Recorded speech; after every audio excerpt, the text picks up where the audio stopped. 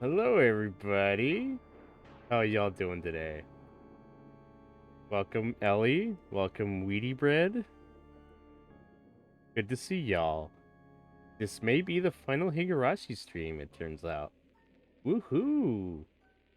So much to read. Oh yeah, it's been quite the fucking ride. Jesus Christ! It seems like they're just wrapping up every possible little fucking plot point in this final chapter. Oh yeah. Like every little thing they're trying to tie it up in a bow. Neat little bow. Well, can't be completely neat. I mean, they just want to give everybody, like, every character the closure arc, you know? They gotta give Alma closure. We've already got closure for our beautiful Shion. Yeah, we did, actually. That was a lot of closure. It's so much closure. You actually started crying. It was just so good, though. You started crying for Satoshi-kun. I was crying for Shion. Oh, really? Yeah. Cause she don't gotta be crazy no more? Well, I don't know, like that, that's actually one of my favorite like tropes. It's actually why The it's actually crazy why girl? I don't it's legitimately why I don't like Miss Marvel. Like Captain Marvel, the Really? Captain Marvel series anymore. Why? 'Cause originally she takes up the Captain Marvel name Uh-huh. because she was in love with the original Captain Marvel, who was a dude. Uh-huh. Fell in love with him, takes the name Miss Marvel, all this other stuff, like in love with him. And 2012, he dies in the death of Captain Marvel, and they kind of just rewrote it so that she just is Captain Marvel now, and I don't know, it doesn't have that like brooding love story to it. That oh, oh my beloved died, and it was terrible, and it wrecked me so hard, and I took up their name and the mantle of their name, and I am now fighting in their name and honor. And I don't know, I like that. What the fuck? That sounds kind of lame. It is lame. It's like for Shion, it's like she is in love with someone, and that grip of them being taken away is what I like. And Huh. their emotions from it. Like same with like Captain Marvel and stuff. Like any tension between the original Miss Marvel and Captain Marvel was like one of them, something happening to one of them, and I like that because it's to me, like I don't know. I guess if like something happened to me and someone were to like go all out and go to try and save me, I think I would like that's very romantic to me. Damsel in distress shit is actually romantic. Not like full damsel in distress, but like, someone actually coming to like your aid is actually romantic to me. Save someone that actually needs saving. Like, yeah. Like, oh, I'm in trouble. Uh, I can't get myself out. Instead of like being like left behind, that they actually come and try and help. That's Like someone's poisoned and they're gonna get your fucking yeah, antidote for you. yeah. They're Because gonna you're pretty fucking sick and you can't get the goddamn antidote because you're sick. when people are like, "Oh, why do you do so much for your friends?" I'm like, "Cause that's what you should do. That's what I want people to do for me. Like I would go to the ends of the earth, you know? Well, I mean, like, that's what you do when you care about someone. Yeah, everything within my power I would do." Yeah. Okay. So, let's go ahead and start. Shall we? Yeah, I'm so excited. Oh boy, here we go, here we go. Oh wait. Boy, Oh boy. Oh boy. oh boy, oh boy. Did you already spin the wheel? No. Did anybody redeem it? Did anyone redeem I don't it? think anybody redeemed first. I'm first. Alright, Index. Index is first. Alright, Index Ah, champ. I did it. Heckin' Index. Heckin' Index. Alright, let's Everyone else was slow. see what you wins.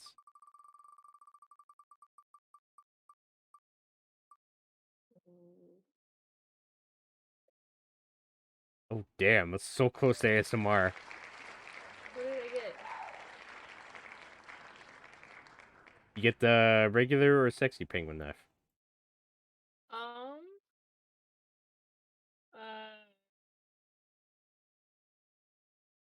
laugh, laugh, but do it like a Oishi. What? Do an Oh. Oishi laugh. Laugh like a Oishi No. for me. No. I love it. I can't. I don't know if I can do a penguin version. Wah, wah, wah, wah. I guess that's the closest I could get to it. That's funny. That's good. I love it. Okay, Wah, now wah, I'm wah, ready. wah. I just sound like Wario at that point, though. Mario. All right. Continue. Mario. Penguinado. Wah. Okay. First Lieutenant Tomitake. I'm glad you're safe. We were so worried that we couldn't get in touch with you. Tomitake was making a call from a telephone booth outside of Okinomiya. The phone lines around there were on a different network than the one the mountain dogs had sabotaged. That was why he could make the call. Tomitake had called Tokyo immediately. He told Tokyo that there were some spies from the mountain dogs within Tokyo's research division, which is how they found out where he was. He also told them that he was captured, but that he escaped. He told them that they were fooled by the diversion, that they were on the mountain as they spoke. While he was captured, Meiji Takano, the ringleader, had hinted at the existence of masterminds she was working for, etc. He explained everything that he had learned thus far. Please take control of the EDA Institute immediately. They've already fired repeatedly. It will only be a matter of time before the villages find something out. I urge you to give the command of the Bloodhounds to take action. I'll play it. Okay. Hello, this is Oka from the research division. I'm glad you're safe. The Bloodhounds are already standing by in the air, approximately 30 kilometers south of Hinomizawa. We've been requesting an order to move in, but the higher-ups are stubborn and don't want any problems. They've been hesitating.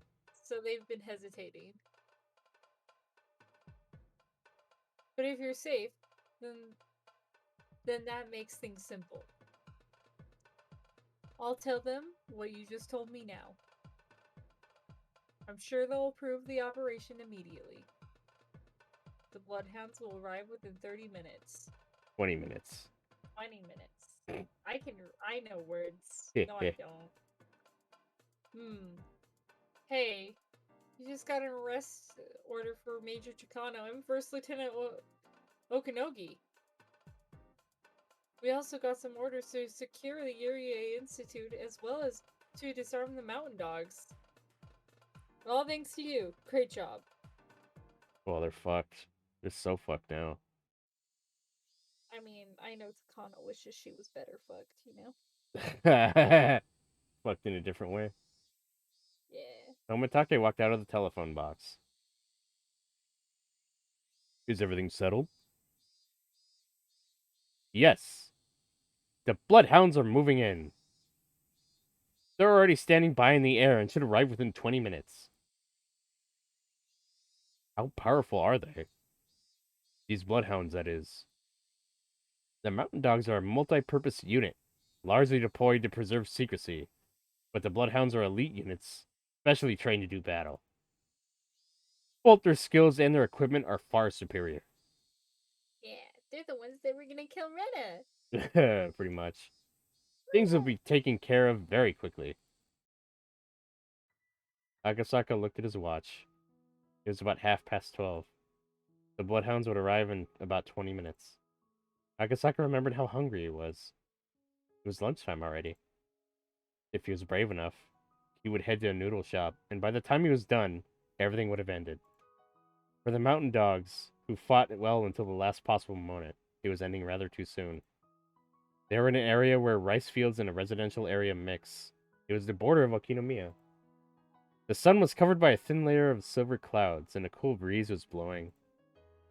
It looked like it might even rain a little. The two of them couldn't even remember how many times their lives were threatened that day. They wanted nothing more than to let the rain soak their bodies. After a while, Akasaka spoke. So, what do you think, Tomitake-san? What do you mean? I think I'll go back to Hinomizawa. They're still fighting. Yeah, that's true. Many people.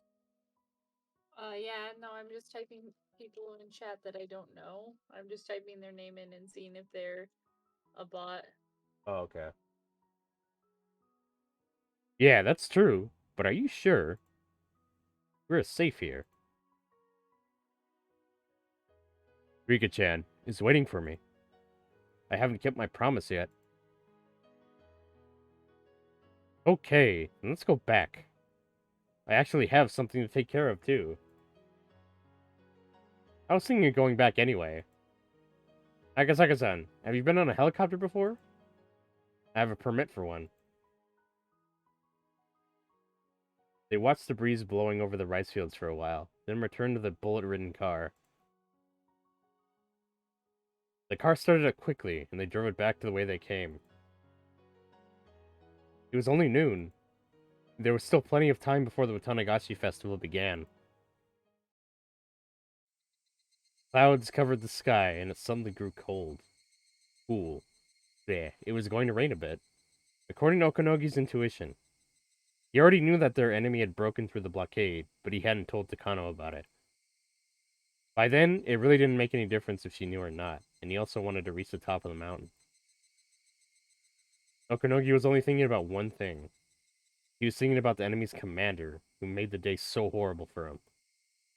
He just couldn't accept his defeat until he saw the enemy's commander face to face.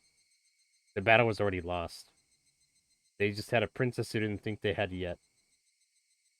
With the rest of the mountain dogs falling into the traps and ambushes, Okanogi had ordered all units except his own to fall back from the front line and into the vehicles. The only ones left to go on were the very determined princess, Okanogi himself, and a handful of exhausted members of the mountain dogs who could barely walk.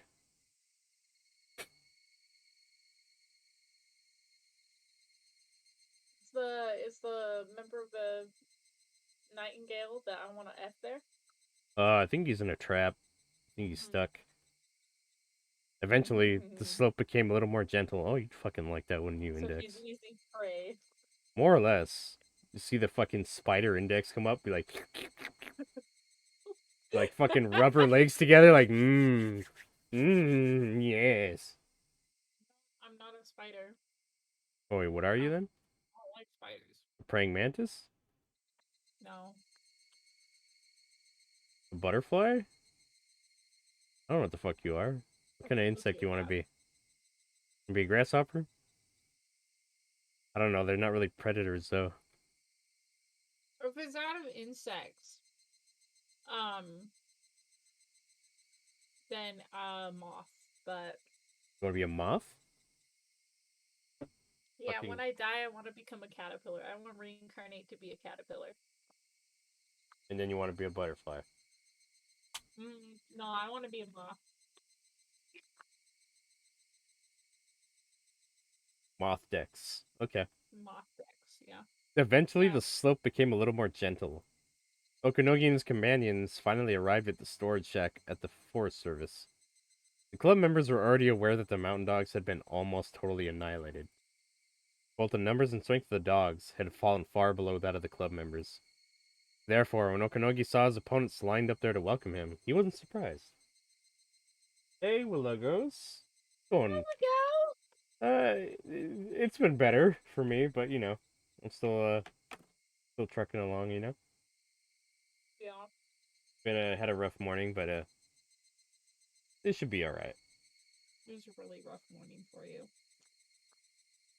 It'll be all right. How about you, man? How about you, Legos? What have you been up to, buddy? Therefore, when Okanogi-san and his opponents lined up there to welcome him, he wasn't surprised.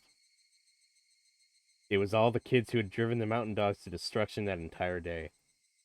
They had also fought with everything they had. Though they overwhelmed us from the start to finish, they had used up all their stamina and were on their last legs as well. Still, their willpower kept them standing. A will born of the victor's honor, which God granted only to the winner.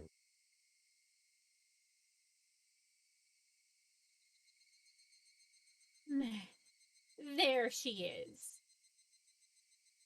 It's our Okanogi, capture her.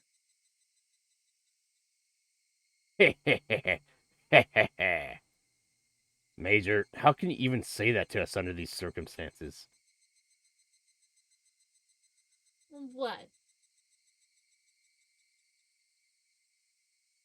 Are you disobeying my orders? Oh no. I have no intention of doing that. God, I sound like a fucking gremlin when I do that. much. Relaxing at home. Yeah, me too, man. Me too. There's really nothing better after a fucking shitty day when you're just fucking worn out. It just makes relaxing at home feel that much better. I'm not gonna lie. Oop, I gotta hydrate.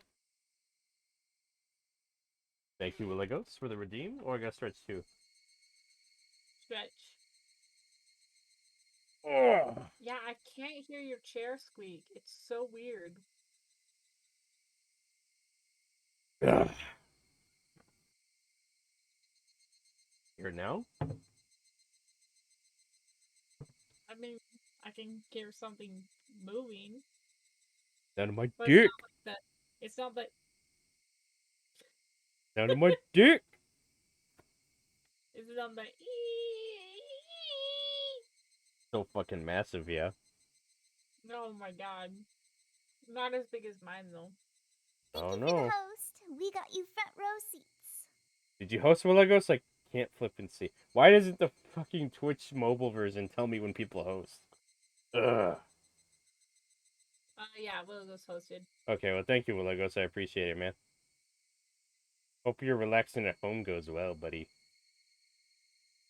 We meet up and we compare. Peepees? Yeah, peepees. Let's compare peepees. I don't know. I think mine's gonna be a lot bigger. I will win. My peepee huge. No, mine enormous. Mine big. Mine shoot demons. Mine is mine is like you. I see your Schwartz is as big as mine. Oh goodness. Okunogi removed his communication unit, his taser, and all his heavy equipment he had been carrying. Then he unbuttoned his shirt and told his men to stay put as he stepped forward.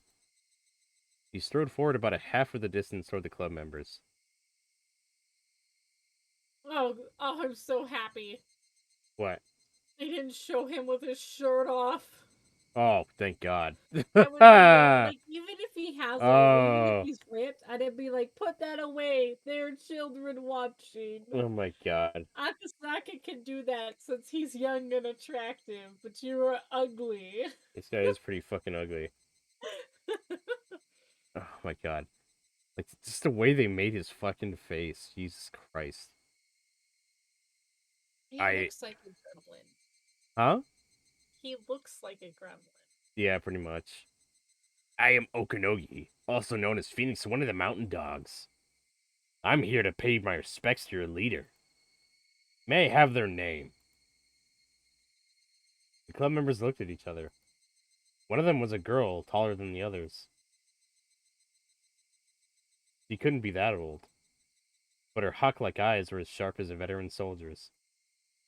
Okanogi didn't know her circumstances, but only those whose lives were threatened on a daily basis had eyes like that.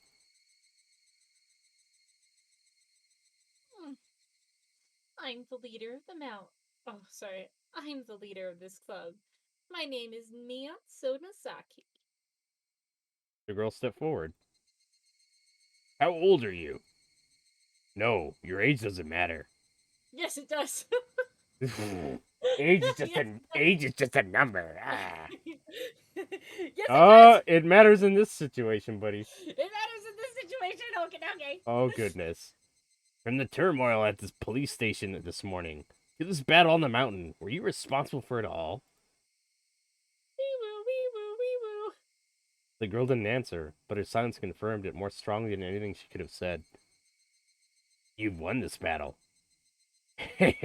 Our princess is the only one who can't understand that. There's nothing else we can do at this point. Komitake broke through the blockade. I'm sure he's already called Tokyo. I don't know when the suppression unit will arrive, but it's just a matter of time, I'm sure. If you want to laugh, go right ahead.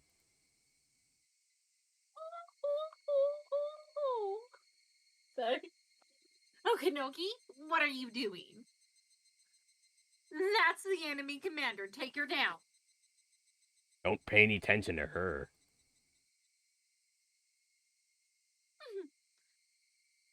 What do you want? You are a leader, and so am I. You understand, don't you? He wants to compare dicks. Are they gonna do the hanky panky or something? Like, is this what? You're a Just- leader, and so am I. Me, you wanna see my pee pee? Oh goodness! Oh goodness! I- Is is he surrendering? Well, I can understand. He was in charge of the whole army. And all his men are down. So he can't just nod his head and accept defeat. So, defeated General Kenomi Is that requite? What? Requite himself by sacrificing himself, huh?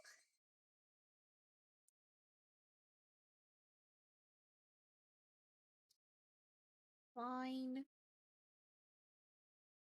Do what you want to satisfy yourself. That does Man, not. That does That not. does not sound great. That sounds very suggestive, especially with that fucking face he's making. Oh, No. goodness gracious! No. I appreciate it. No. Gonna take his shirt off now. He already took his shirt off. Gonna take his other shirt off. Take his pants off. Oh no! Mion took a stance. Okanogi took a stance too. Although Okanogi was nothing like Agasaka, he was still a close combat specialist. Even when exhausted, there was no way Mion could defeat him. Nakano thought so too. She thought Mion was underestimating Okanogi. But Mion knew. She knew that she was the only one who could put him at ease. Are you ready? Take this!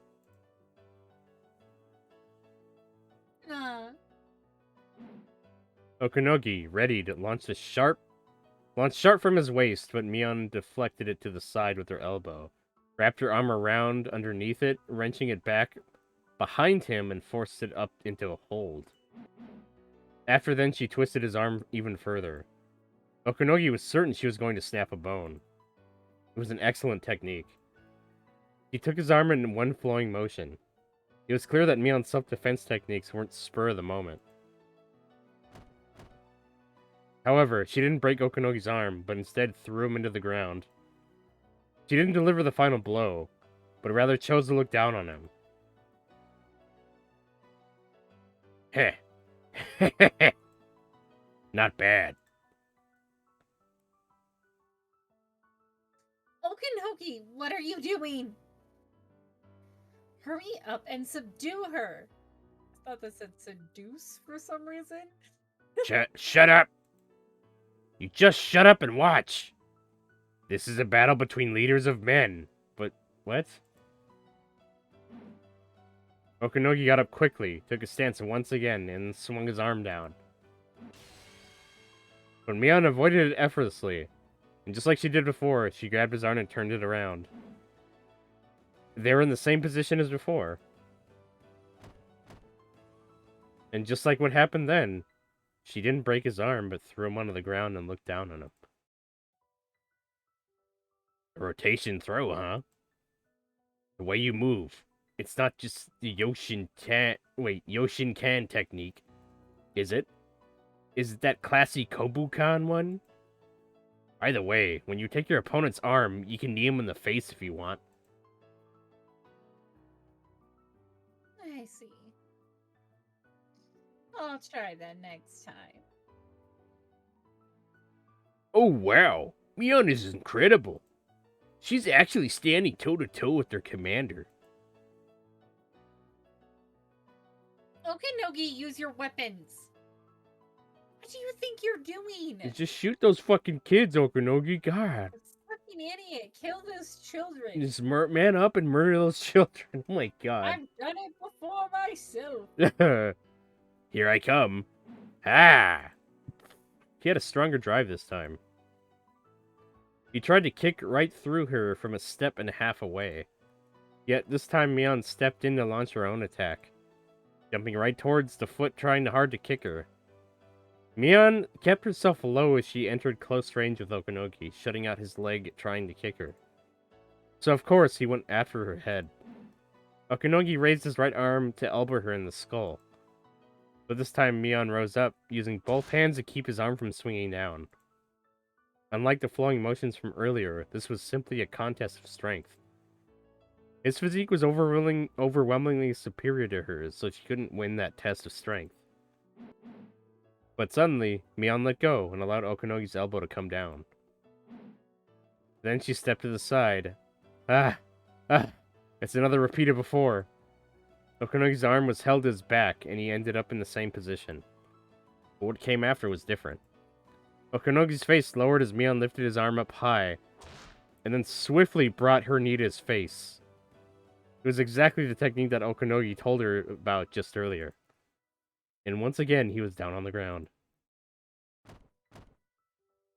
That's it. You learn quickly, don't you? Oh my god. Sounds like he has a hard on. Maybe a little bit. You know strategies, tactics, and combat. You already have everything you need to be an effective commander. You should have been in my position. You should have been one to lead those shitty mountain dogs.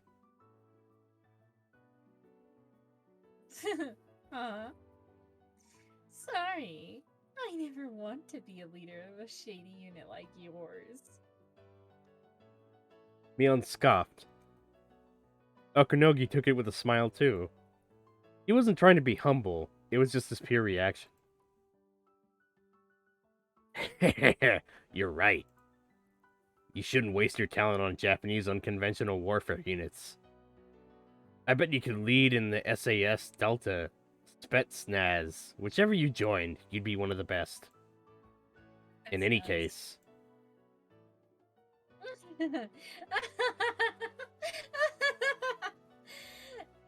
SAS? Delta Force? Lame. Oh, that is just way too boring.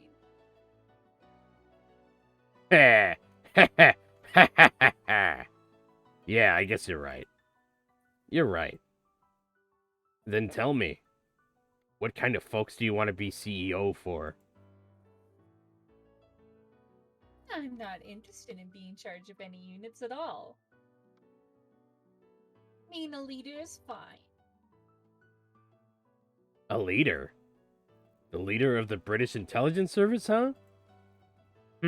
That's fitting.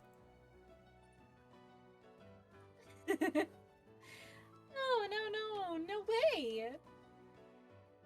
Listen, there's one club I want to lead. That's the club in our Hinomizawa branch school. I'm not interested in games without penalties. The magician of words, Hinomizawa.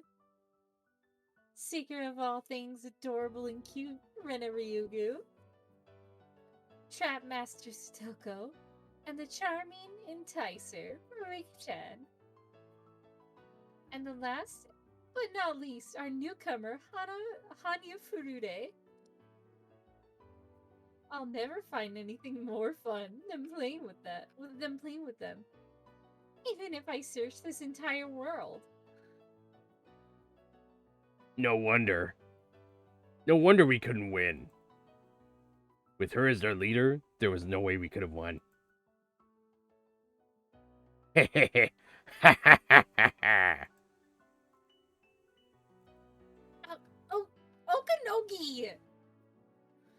Get a hold of yourself! Nakano yelled at him, but Okanogi didn't hear it. Are we finished with the warm-up? This next one is for real. You're going to die. Be ready for that. Come on. I'll give you a fitting end. Something you've been wanting all this time. Good enough. Here I come. Okanogi took about 5 steps backwards and breathed deep. His body twisted as he gathered all his spirit into his right fist. Just as he said, this next attack would be for real. He was putting everything he had into this one final blow. Mion narrowed her eyes, preparing to parry the blow with her side. The sky began to stir. They both felt raindrops on their foreheads. Here I go. I'm gonna kill you. So you come get me, okay? Whenever you're done praying, go right ahead. That one tense moment was suddenly brought to an end. Whoa! He dashed forward from a low position, just like a runner from a starting line. Then he added the twist from his body into the elbow, as his right arm roared with all his power. A bolt of lightning punctuated that moment in time, burning the moment into her eyes. In that moment, Mion's stance hadn't changed at all. No, maybe she moved like lightning in the moment it struck. We had to recall the moment burned into our eyes to review the scene. Okunogi hit someone with his right fist, which had enough power to shatter Mion's bones. What if 100% of his power was directed back at him in a counterattack? When the lightning struck, Okunogi's body had been flying through the air. It was a legendary technique in Japanese martial arts, passed down in Judo and Aikido, the air throw. It looks as if one is being thrown without his opponent even touching him, a miraculous technique that occurs at lightning speed. Of all the techniques Mion possessed, it was the most sublime, advanced technique she could administer on the defeated General Okunogi. The feeling of freedom while flying in the air is more memorable than the impact of hitting the ground, supposedly. When Okunogi hit the ground behind Mion, a heavy rain suddenly began to fall. And just as it did, a massive helicopter appeared from the other side of the mountain. The helicopter's rotors stirred up in the air and blew away the raindrops like a tornado. The rotor sounded much like a tornado, too. A rope uncoiled from the rear of the helicopter, and soldiers came sliding down it one after another. The onlookers were stunned for a moment before they realizing what they were seeing. It was the Bloodhounds. The Bloodhounds that Tomitake had called in. Having realized how bad the situation had become, Okunogi returned to the other members of the Mountain Dogs. Nothing was going their way anymore. The Mountain Dogs ran down the slope and disappeared into the woods. They dragged Takano with them, who couldn't understand what was going on. A voice echoed from a speaker attached to another helicopter circling around the mountain. To all staff of the Ide Institute, today at 12:30 p.m., the Institute's independent authority was frozen and is now under the control of the Bloodhounds. As of the same moment, HQ has ordered complete disarmament of all Ide Institute staff. All Mountain Dogs are to disarm themselves immediately and gather at the parking lot of the Ide Clinic, or at the storage shack at the top of the mountain. Failure to respond accordingly will result in discipline under not only civilian law, but under self-defense force rules as well. Bloodhound members continue to slide down the rope from the helicopter. Even at a glance, they are very different from the Mountain Dogs. They are armed more heavily, and the guns they had were much larger. Such things clearly differentiated the two units. Yes. Yes, me, what? I don't know. I've never seen this before. So I don't know if we really did. Satoko and Rika sat down and hugged each other. They were both soaked in rain, but they still sat down in the mud. Mion stood solemnly in the rain as the leader of the winning team. The Mountain Dogs had abandoned the field. They all ran away with their tails between their legs. Keiichi and Rena ran over to Mion. Mion? Me-chan. It's over. Yeah, our club activity is over. Nika-chan is safe. Everyone is safe. Me-chan, this is our victory. You led us this far, Mion. It's all thanks to you. But Mion didn't seem to be listening to Keiichi and Rena. Instead, she mumbled to herself.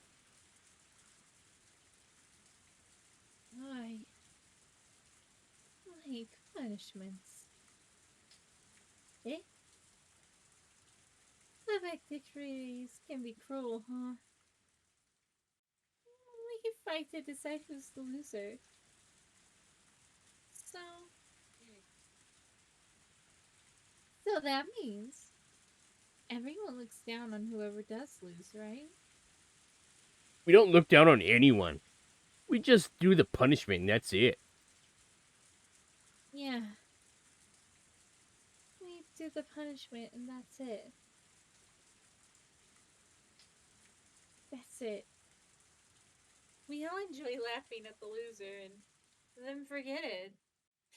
That's why I like what we do. We all laugh, including the one who came in last. Nobody gets hurt. We all laugh and then we're done with it. That Okanoki guy. Thought he couldn't purify his sins. Unless he was defeated by me. I mean, sure. Got pretty serious. We were almost killed, too. But it's all over, right? The game is over. Even though it is, there's no punishment for the mountain dogs. Mion might have realized something when she threw Okanogi. Heiichi didn't think anybody else could understand that. I don't know what you're trying to say, Mion. Forget about him. It's all over for them anyway. Yeah, you're right. Everything is all over now. We're all alive. Nobody got seriously hurt. So, let's enjoy our happy ending. Also, Yeah. it's not the ending. That's right. Nobody got hurt. It really is a happy ending. While they hadn't yet confirmed Shion and Kasai's safety, they were correct. This was the happy ending they had all been fighting for. However, Mion was still thinking. He understood the reason for that in the moment the thunder struck. But as soon as the flash of lightning disappeared, her understanding vanished as well. All she could remember was that she noticed something very important, and that shortly after, she completely forgot about it. She could only feel a great sense of loss. The bloodhounds soon surrounded the club members. At first, they thought the club members were their enemies, but when Tomitake appeared, he explained the whole situation. The commander of the bloodhounds appeared to beg the club members not to say a word about anything, as it was a politically sensitive incident. It was amusing to see a man like that beg while carrying all those weapons. Of course, they had no intention of talking to anyone about it. Once it had ended, it all felt like a bad dream. If, on the following day, somebody asked them what they had been doing, they might not even remember it. This day was that unrealistic for them. So even if they were asked, they wouldn't say a word. Rika-chan, I'm glad you're safe. Akasaka, I'm glad you're safe too. Me. It all worked out great, too. Are you alright? The clinic has been occupied by the bloodhounds. The mountain dogs are all surrendering, too. Dr. Ide and a boy he was hiding with have been put under the bloodhounds' protection as well. Archie's safe too, is he? I'm very glad about that. Wait, a boy. I do wonder who it could be. Perhaps Tomita-san or Okamura-san were injured. Satoko. I'm very happy for you. Rika's smile made it clearer on what she had gone through. Somebody could only smile like that after a long and exhaustive struggle. Satoko had no idea what that smile meant. How much time would be needed to make her understand? Still, Ide would do something about it. For certain, he will bring Satoko's Nini back home. That's right, Stoko. You haven't taken your shot today, have you? You can't forget that. Yeah, quite true. How troublesome there, I can't forget about the shot. Even in this situation. Satoko seemed to have no idea that her medication was connected to the syndrome. Perhaps she was already aware, but pretended not to be. Rika vowed to herself that no matter how long it took, she was going to witness with her own eyes the moment her best friend finally parted with the tragic past. At least, I only need to take the shot twice a day. There was 3 times for the previous one. Satoko also had no idea that Satoshi was involved in the development of her medication.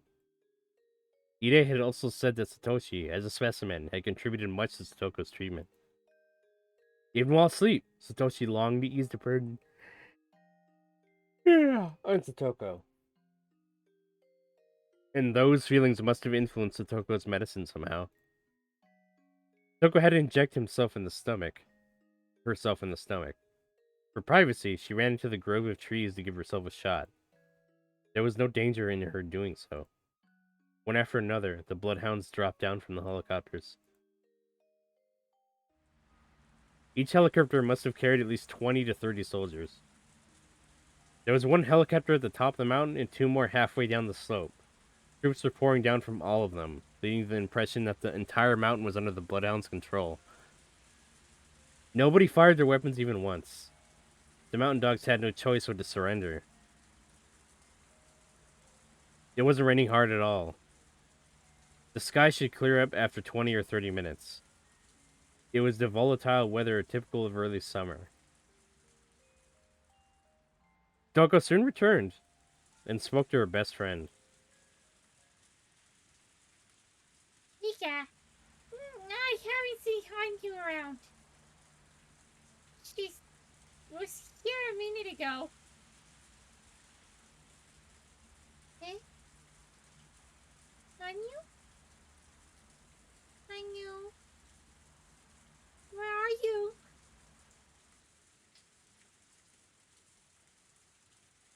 It was stupid of me to think that Tokyo had sent more support. They're acting as if they'd known for their loss for a while now. I was the only one who didn't know. What's going on? Tell me this minute, Okanogi. This is it. They're the bloodhounds. Tomitaki called them in. Bloodhounds? I've heard the name before, but are they similar to the mountain dogs? We aren't fighting you. Why are you fighting back? You've got to be kidding me. We mountain dogs are simply a counterintelligence unit. On the other hand, the bloodhounds are a real combat battalion. There's no way we can defeat them. The remaining 3 members looked at me in exhaustion. Why are they here in the first place?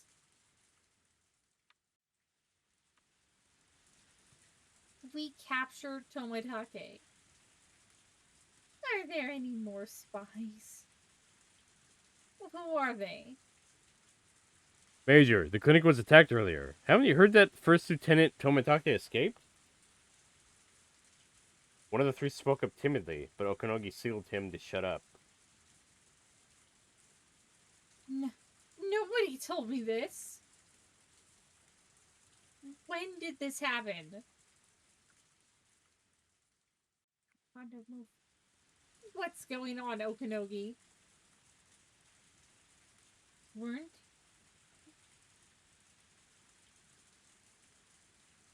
Wasn't there a blockade exactly so that they couldn't escape from the village? They aren't even responding to me anymore. I've been left behind. I'm the only one who didn't know. I'm being left out. The members looked at Okanogi, waiting for his command. Nobody's waiting for my order. Nobody even cares about my orders. Commander, there's a radio call from the command vehicle. One of the members handed it the intercom to Okanogi. Phoenix 1. Commander, final orders from Kuko. Execute Kuko.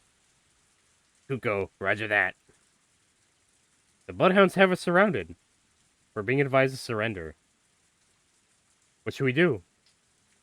Command vehicle. No. Ota and Adachi, good work. You're cleared to surrender. Disarm yourselves and follow the orders of Bloodhounds. Roger that, Commander. All units, listen up. The command vehicle has been compromised. The clinic is probably in the enemy's hands as well. We've lost all our backup as well as equipment. All teams have been wiped out. I'm sure everyone is disarming themselves. The Mountain Dogs have been completely defeated.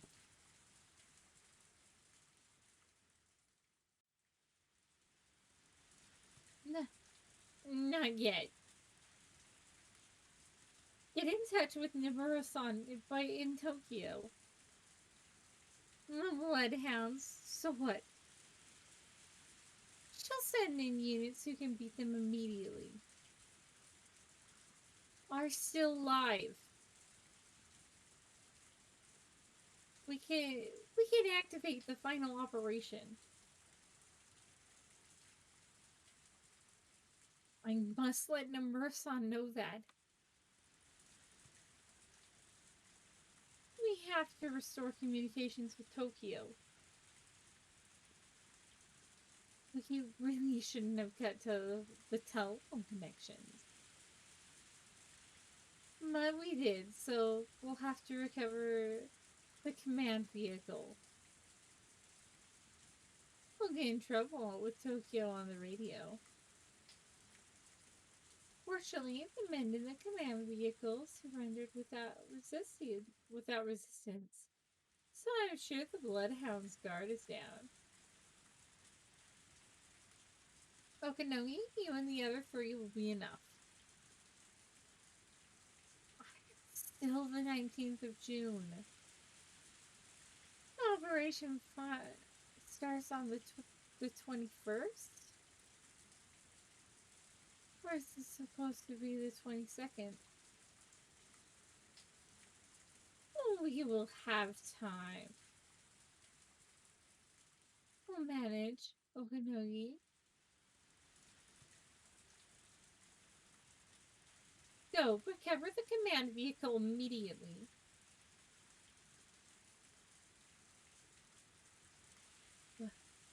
Why are you following my orders? Major. I'm your superior. Why are you listening to Okanogi and not me? Major, didn't you hear what the helicopter said earlier? We lost. There's absolutely nothing we can do anymore.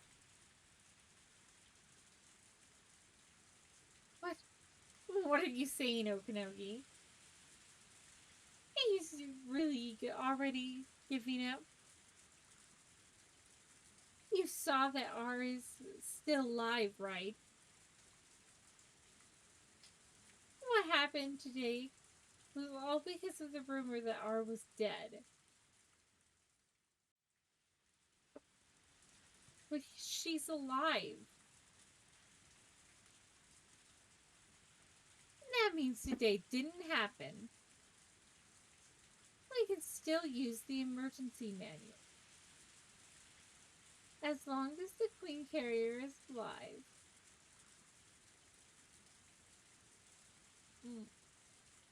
All we have to do is kill her.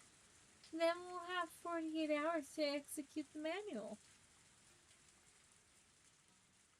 Major, it's far beyond that point already. Tokyo doesn't care about the Queen Carrier or the 48 hours after death. Our final operation is a complete failure. Our clients must be running around desperately trying to destroy evidence. Our job here is done. I commanded the Mountain Dogs for about 10 years. It was a valuable experience. But it's all over today. And Major, your job is over too.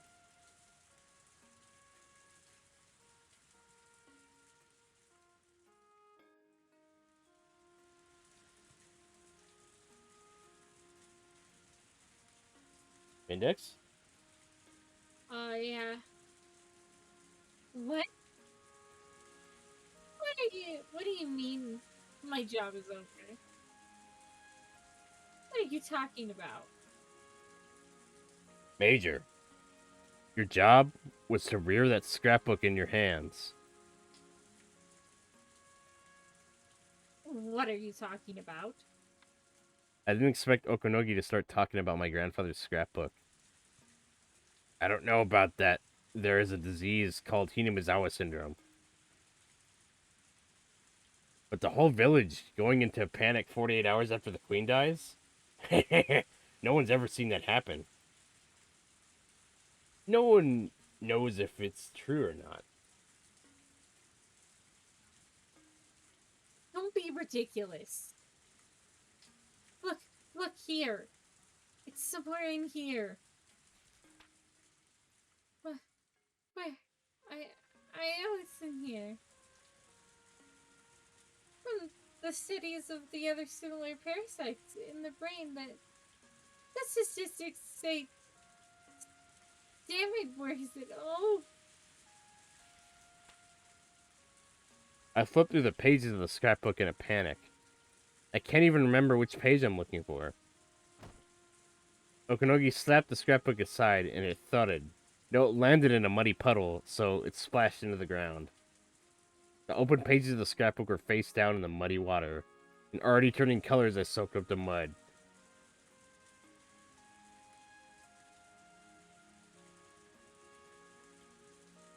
Oh, what's up, the boy? Thank you for the hydrate redeem. Thank you for that. What are you doing? This is the most important. As I crouched down to pick up the scrapbook, Okonogi stepped on it. The splash of muddy water hit me in the face. I had to witness my precious scrapbook being stepped on and covered in filth. Major, I don't really care if what's in the scrapbook is true or false. As a matter of fact, nobody does.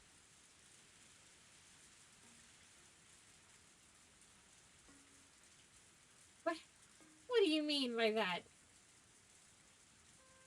I tried to get the scrapbook from under Okonogi's foot, but I couldn't pull it out. The clients in Tokyo merely wanted to see how many people would actually believe what's in the scrapbook.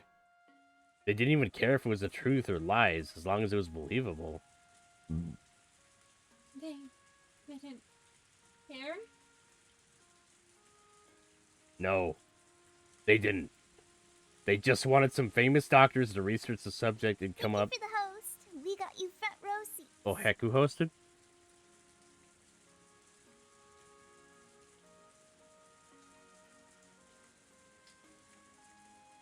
Who hosted me? And who? Kitten Shop posted. Kitten Shop posted. Kitten Shop? Oh. Hey, welcome, Kitten. How you doing, man? Good to see you. They just wanted to see some famous doctors to research the subject and come up with a report full of difficult terminology so they could deceive people. That was their job.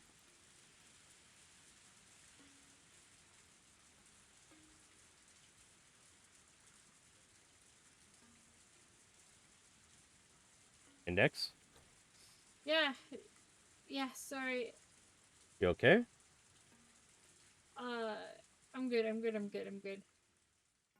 No, this is a lie.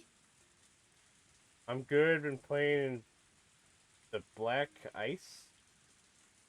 Okay. Black You've been Ice? What? playing in the black ice? Oh my gosh, is your car okay? What? Says, Black hi, Ice? hi, no, I'm good. Been playing in the black ice. LOL. Is your car, you good? You good, my What? home bro? Black Ice? Black ice? Yeah, do you know what black ice is? No. What is it? Okay, so you know how the color of asphalt is black, right? Right? Um, you know that really nice, like really clear ice that they use for like really fancy drinks? Yeah?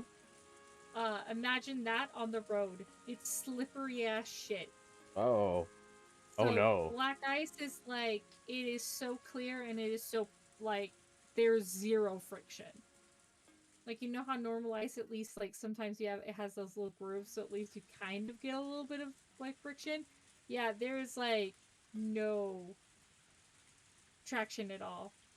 Uh, when I was like in junior high, my grandmother was walking up the driveway, and she slipped on black ice and broke her arm. Oh Like, no. if your tires touch black ice, you are just like off in the netherverse. Wow. You are gone. You That gone, baby, gone. that fucking slippery, huh? Yeah. Oh Yeah. no, home. You drive safe, kitten. Drive real safe. Yeah. Crash at home, not on the way home. Yeah. Crash into your home. Just kidding. Crash Don't. into your home? What the fuck? Yeah, crash into your home when you're out of your car and you're in bed. You're like walking. Fall into your house. No, this isn't a lie. My grandmother and I researched it for so many years. Come on, move your foot. The scrapbook is getting soaked through. I'm trying my best so that it's not ruined, but it's no use. The queen dies and the village must be killed. All he had to do was convince the higher-ups of that crazy story. Nobody cared about parasites to begin with. They only cared if it could be used for political gain. You knew that, didn't you? And at that point, nobody will even pay attention to any of that nonsense again. A lot of people bet on that scrapbook, and they lost. The mountain dogs lost too. That's all there is to it. This is nonsense. This scrapbook holds the truth. Everything in it is the truth. My grandpa researched it. I researched it. This is the result. Everyone believed in it. That's why they built such a beautiful research center, isn't it? They believed in it. And that's why Namura-san got in touch with me. There must be other people who believe in my work. Because all of this is the future of humankind. Ah! Okunogi got fed up and kicked me. I don't weigh much, so I fell backwards and became soaked in the muddy water. Okunogi walked over and looked down at me. Fortunately, there's still something the clients in Tokyo are expecting from you. Hey. One of the mountain dogs handed a gun to Okunogi. Okunogi checked the cylinder and then threw it over to me. What is this? Major, why don't you use that to shoot yourself in the head? What? I looked at the gun. I'm used to seeing guns, working at the Ide Institute as I do. I was never frightened by guns before. But for the first time, I feel scared just looking at one. You know, this happens all the time. Major, please take responsibility as the leader of the defeated force and shoot yourself. What are you saying? Nobody's ever told me to die before. Nobody has ever told me to kill myself. If you die, the clients can just blame you for everything. Actually, Tokyo is already preparing to do that. D- d- d- Don't be ridiculous. Oh, why should I do that? Oh, oh. I'm starting to sob. My body is shaking all over. Well, you don't have it to do it yourself if you don't want to. Maybe that's too much to ask of you right now. Okanogi pulled his gun out and pointed it at me. The other members, having realized everything will work out if I die, just looked at me coldly. I'm going to say that I tried to talk you into surrendering, but you refused. We shot at each other, and I had to kill you. That's the scenario. I gave you the gun so that you could kill yourself, rather than being killed by me. It's to show my appreciation for the time we've known each other. I don't want it to end like this. No.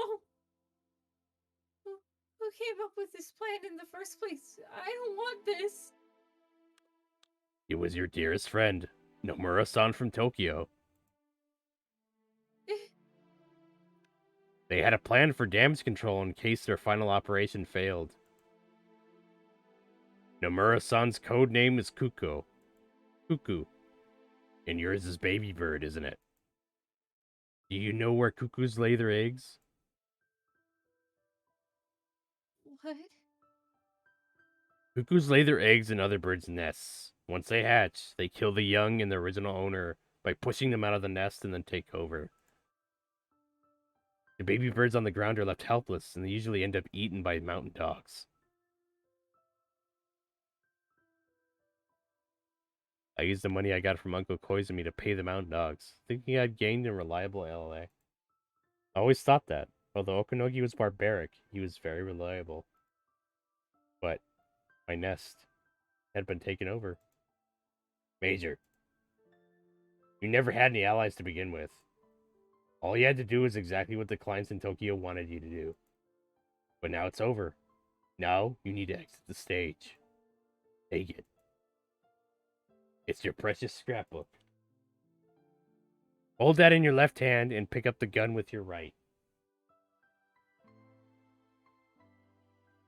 The scrapbook was finally returned to me, covered in mud. I held it with both hands and cried.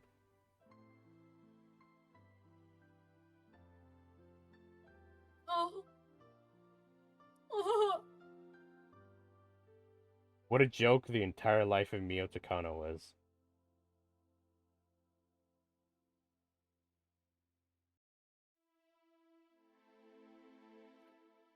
Right now. Right now is when I should just go back inside that chain link fence. My shaking hands held the ice cold gun. There's only one bullet in there. Sometimes a bullet can ricochet on the scalp. So that's why people usually put the muzzle in their mouths.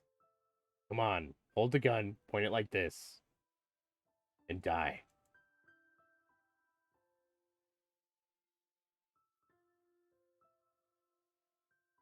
Unlurk. I'm back in.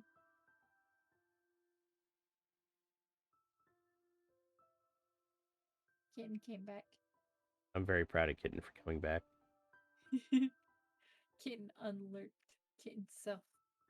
Kitten returns. Kitten return. The return of Kitten. Yeah. Oh. Sequel. The return of Kitten. Made it home? Oh, good. I'm glad you made it home, Kitten. Black ice is not fun. Oh, oh, oh, Oh, oh, oh, oh, oh, oh, oh. Ooh, ooh, ooh. Oh, damn! In the hills of the mountain, a single gunshot echoed. I wanted Takano to be saved. Nope. With that gunshot, members of the Bloodhounds rushed in. Okunogi and the other man raised their hands in surrender. Heh! Heh heh heh heh! Major Takano was with us, but she refused to surrender. She tried shooting at us, so I had to fire a shot to intimidate her. Retriever 7 to leader. We arrested First Lieutenant Okunogi and the 3 other members of the Mountain Dogs. Major Takano is on the run. Her footprints are heading southwest, but the brush is too thick and we can't go any further. Requesting backup. Major Takano's armed. I repeat, Major Takano's armed. Retriever leader to all units. Major Takano's on the run. She's armed, so be cautious. Patrol the area and force her out. So I guess she ran away? Yeah. I'm running through the mountain, covered in dirt and still holding the muddy scrapbook. I keep falling because of the mud, and branches and tree roots continue to torment me. I lost one of my shoes, so I decided to get rid of the other shoe too. This isn't the first time I've had to run like this. This isn't the first time I've ran barefoot. This isn't the first time I've felt such pain on the soles of my feet. This isn't the first time I've cried like this. Ugh. Ooh. I repeat, Major Takano, disarm yourself and surrender. You can't escape. The Mountain Dogs have surrendered. You have no more allies. The helicopter above my head is calling out my name. I crawled into a hollow tree. I held my knees and hid. The last time I ran barefoot like this was a very long time ago. My feet are bloody and swollen and I can no longer walk. I can only cry as I bite the corner of the scrapbook. Sadness and humiliation fight for dominance in my heart. When I feel sad, I cry. And when I feel humiliated, I scratch myself to calm my anger. And I still have the gun in my right hand. The one with the single bullet in it. I have to kill myself. My death is the only thing that can bring it all to an end. Killing myself is the only way to go back to that day. But when I look at the scrapbook in my left hand, I'm assaulted by sadness and fear. I want to die. I don't want to die.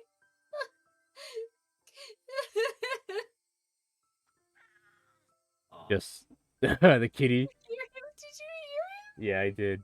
That's cute. Meow. He thought I was really crying. He came over because he thought I was crying. Oh, that's very sweet. Just die. Atone for your actions with your death. I recalled the look in Okunogi's eyes. I know. I know I've committed sins. There's so many sins. Too many of them. There are more sins than I can possibly atone for. But do I have to die for them? No, I don't want to die. Oh, oh, oh.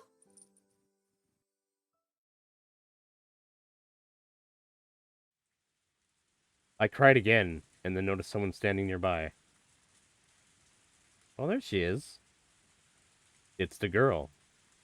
The girl whom I met when I came to Hinomizawa, when the Ida Institute was first opened. I met this girl at the shrine when I declared war on God. This girl is the god of this place. That god looked at me and sneered, rather than sympathizing. Are you still trying to take God's place? You still deny that you're human, child and man? Long time no see. I lost. I lost this game. This is what I get for challenging God, I guess. Child and man. Are you still after the position of God?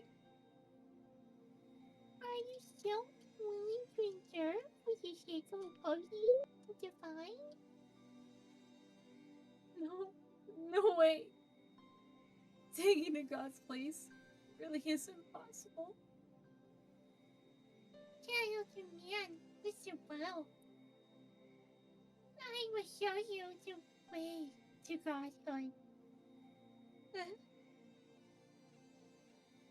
Place a gun in your right hand. And your life. The position of a god requires no flesh. Don't expect people to recognize your existence.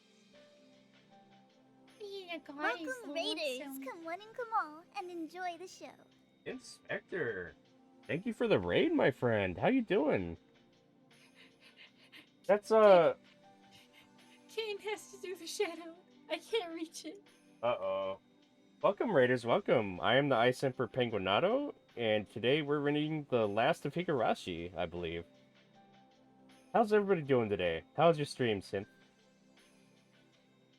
Oh. Good, I needed a stretch. My cat got off my legs. Yes, I can do this now. What's up, Synth? What are you up to, man? What were you playing today? Oh! Back for Blood. Oh, I want to try that. I wish my PC wasn't so wooden. Then I would have totally picked that up. That looks like a shitload of fun, man.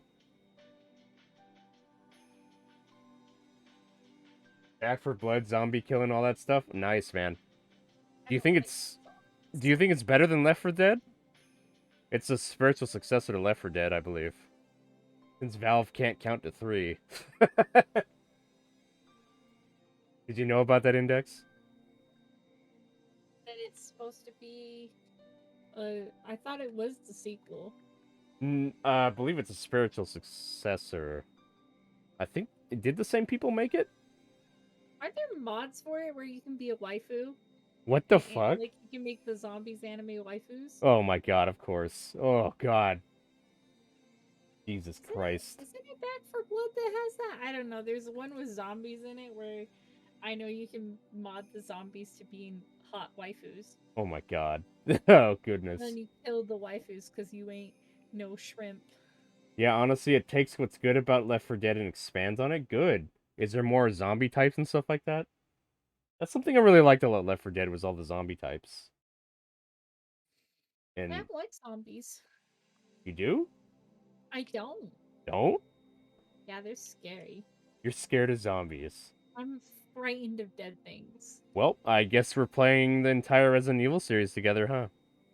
I legitimately, like, this is, like, not even a joke. I have a hard time at funerals.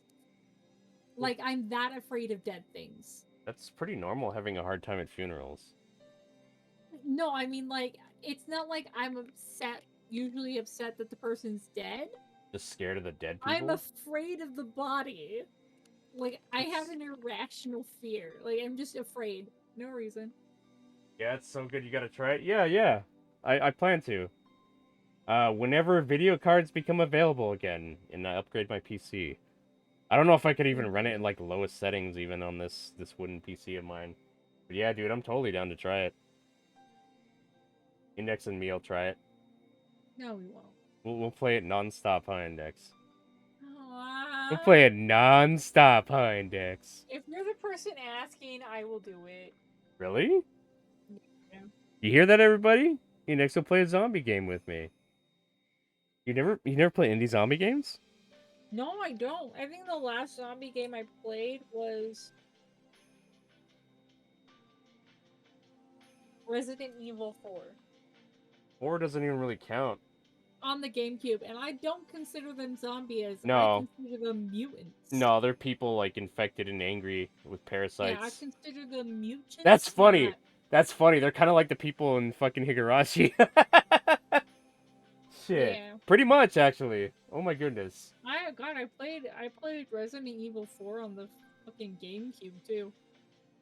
Yeah, I did too. But then the PS2 version came out, and that had extra shit. And then the Wii version came out, and that had the fucking Wii remote action. And then the Dude. PC version came out, and that had the better textures. I Yeah. had the GameCube. So the consoles I had growing up till like high school, like my senior year of high school. I had a GameCube, and an N64, and that's all I had. Oh wow. And I had, between both things, I had a total of maybe 20 games. Ow. Still, the best games on the N64 are Gauntlet, fucking Majora's Mask, Ocarina of Time, and Perfect Dark. You forgot Super Mario 64 Index I didn't have it. or Mario Kart 64 I didn't have any of the Mario Party games. or Mario Party or anything. I only had them on the GameCube. I had Smash, the like OG Smash Brothers. Fucking Smash Brothers. What else did I have on the GameCube? I know I had Resident Evil 4, Splinter Cell. I think some of them are in the other room. Tales of Symphonia. I had at one point I owned every single Lord of the Rings game. Even the ones that are currently not made and are actually rare now. Oh my. Oh Oh my. Oh my. Oh my. Oh my, but my brother's a sociopath and steals things. So he sold all my video games. My mom did. She fucking pawned everything I had when I went to. When I went on a trip for the summer. Came back, all my shit was gone. You know what's funny? My mom texted me like a few years ago. She says, like it was like 2 or 3 years ago, and she was like, I have to apologize to you kids. It's like to the full family chat. She's like, you remember that one time I burned all your Pokemon cards? Oh my goodness. Yeah. Do you know why she was upset that she burned them? Why? We owned an original holographic Charizard. Ooh. We had like almost all the OG holographics. Ouch. Yep. Alright, let's get back into it. But yeah, thank you. Thank you, Sid Specker, for the raid ban. It's good to see you, buddy. Oh, we got so off topic. I'm so sorry. Alright, can you read this over again? Yeah. With the gun in your right hand and your eye, the position of a guard requires no flesh. Don't expect people to recognize your existence. Being a god is lonesome. You foolish human of man, wanting to become one. Is that still what you desire? Are you telling me to shoot myself with this?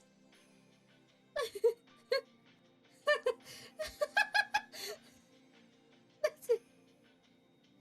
Something that simple will make me a god? It's so simple. And what is this? What have I been doing all this time? You sheltered the sins of many others. You purified all their sins by sacrificing yourself. Your courage will be praised. And you'll be allowed to take a seat among the gods. What's that? Are you telling me to be their skanko? To take responsibility for them? And die? Fuck you! I refuse. I absolutely refuse. Why don't you want that? To technically serve the human world, there must always be one sacrifice for one sin. Isn't that the truth of the human world? Isn't that the method of purifying sin? Do you want to sacrifice one girl for the future of your desire? What are you talking about? I don't understand anything you're saying. I don't. You don't. Because you're human. You don't even know how stupid you were to even want to become a god. I do. I don't once died for people to become a god. No way. I don't want to become a god at all. I'm fine being human. I just want someone to forgive me for being that way. That's all. But why is this happening? And how will you purify this thing? Hold on 1 second. I got a dog out again. Oh, let the dogs out. Penguin, penguin, penguin. Let the dogs out. Penguin, penguin, penguin. Okay. Oh my goodness, Index. What? He's still scared shitless because of the fucking fireworks, so he's hiding in my room all the time. I'm sorry. Yeah. He'll get over it soon. Penguin, who let the dogs out? I did. Hoo, That's hoo, hoo, hoo. How will you purify this thing? How will you pay the price? Why does someone have to take the blame? They're all punished. Pushing responsibility onto people. They maneuver this way and that, just so they don't have to dirty their own hands. That's just what happens in the human world. No, that's not. Because when my parents and my grandpa were alive, things like that didn't happen. They were all happy. Nobody blamed anyone else. How did I fall out of that world? Why am I wandering around in the mountain alone in the rain? Why me? Oh, this is the punishment for my sins, isn't it? Welcome to I knew Glacierland. it. Enjoy all the rides and make sure I not to didn't feast notice to it. Strawberry Official. Welcome, welcome. Thank you for the follow. How you doing today? Strawberries. Strawberry. Straw baby is how you say it. I'm sorry if I'm saying it totally wrong. Berries? That's a very cool name.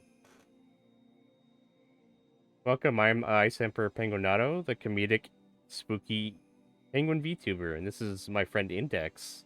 So spoopy, so yes. Oh yes. Oh, And yes, this is Index. She's some kind of robot girl or something that gets all bloody. I'm some kind of like I don't know. I'm some kind of e-girl, you know. Play with my Oh my god, I can't believe you said that still. Oh jeez. Never gonna let it go. He's oh my god. I know, and I'm just. I can't. I mean, I think it's funny, but. I love the guy, but god damn it. Alright. Before we get too sidetracked here. Yeah, welcome. Thank you for the follow. I made a huge mistake. I didn't want to admit it. And when it was too late, I regretted it for the first time. So this is a punishment for my sins. Oh. Oh. Ooh.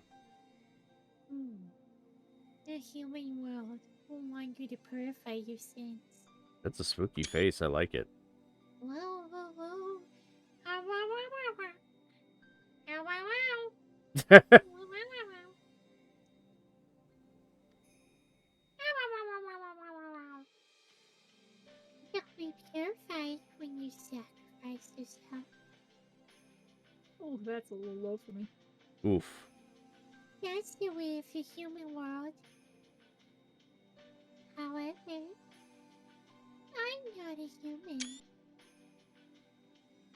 I'm a being above man. A being which fills in the missing gaps in the harmony. A being that forgives human sin. Man cannot forgive the sins of man. I am the one who forgives the sins of the children of men. Jesus. Ooh. I forgive you. Jesus. Demanding a sacrifice be paid for sins isn't the way of a human world. It's the way of demons. Demons. So this is not the world of man. This is a world of demons, created by man, and the demons infesting them. Humans cannot end the way of their world. So I became a god to grant that end. It was over 1,000 years of pain. I wanted to come down from this place. I desired a world where God doesn't need to make peace. And finally, after 1,000 years' time, I have found that fragment. Come, child of man. I will forgive your sins in my name. Kneel and repent. Ask for forgiveness. Then you shall receive it. God will forgive you. God will forgive your human sins. The god in the form of a little girl walked up to me and reached out. As I knelt and looked down, she touched my head.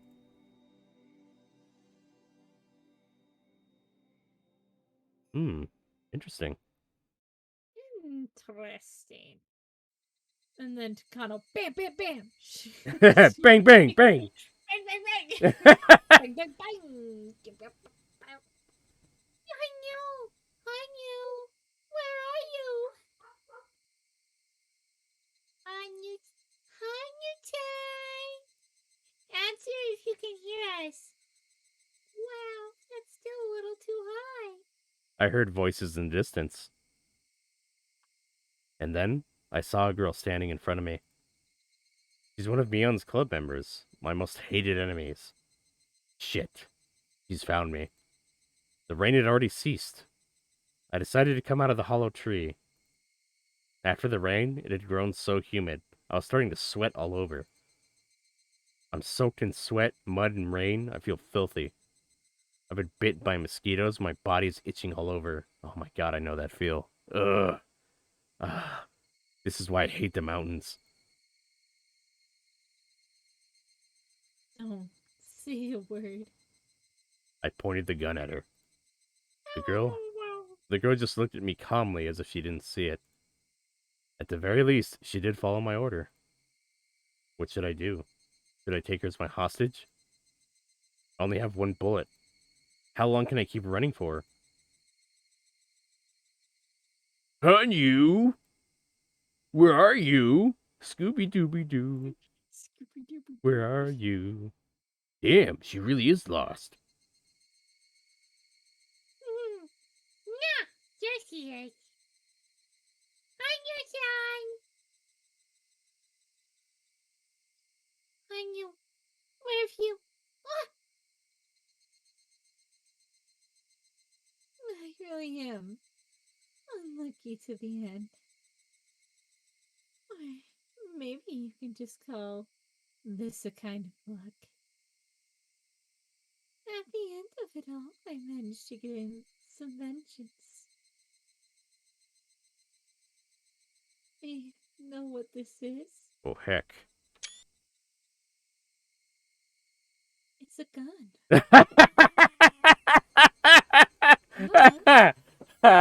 You mindless ape! Oh my god. She's like playing fucking like You flashcards. know what this is? Flashcards. Gun. What is this? Gun. What is this? Oh my god, that's Hi, fucking. small child. What's this right here? It's a gun. No, you dare move. The tables have turned now. I rolled a 6 on my die. Uh-oh. I rolled snake eyes.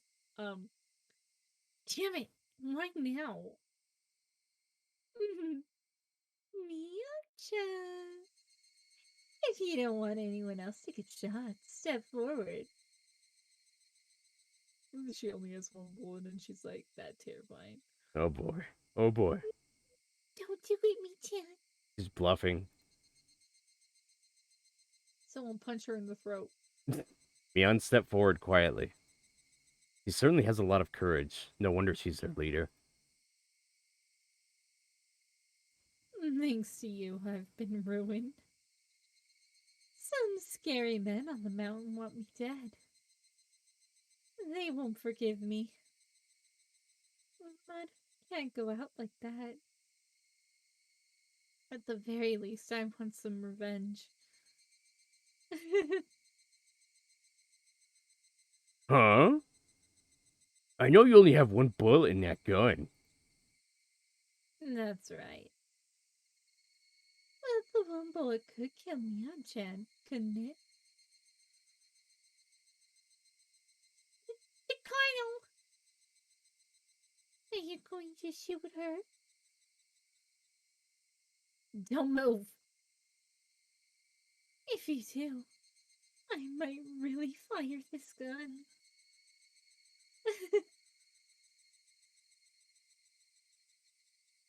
Don't any of you move. Just stay behind me.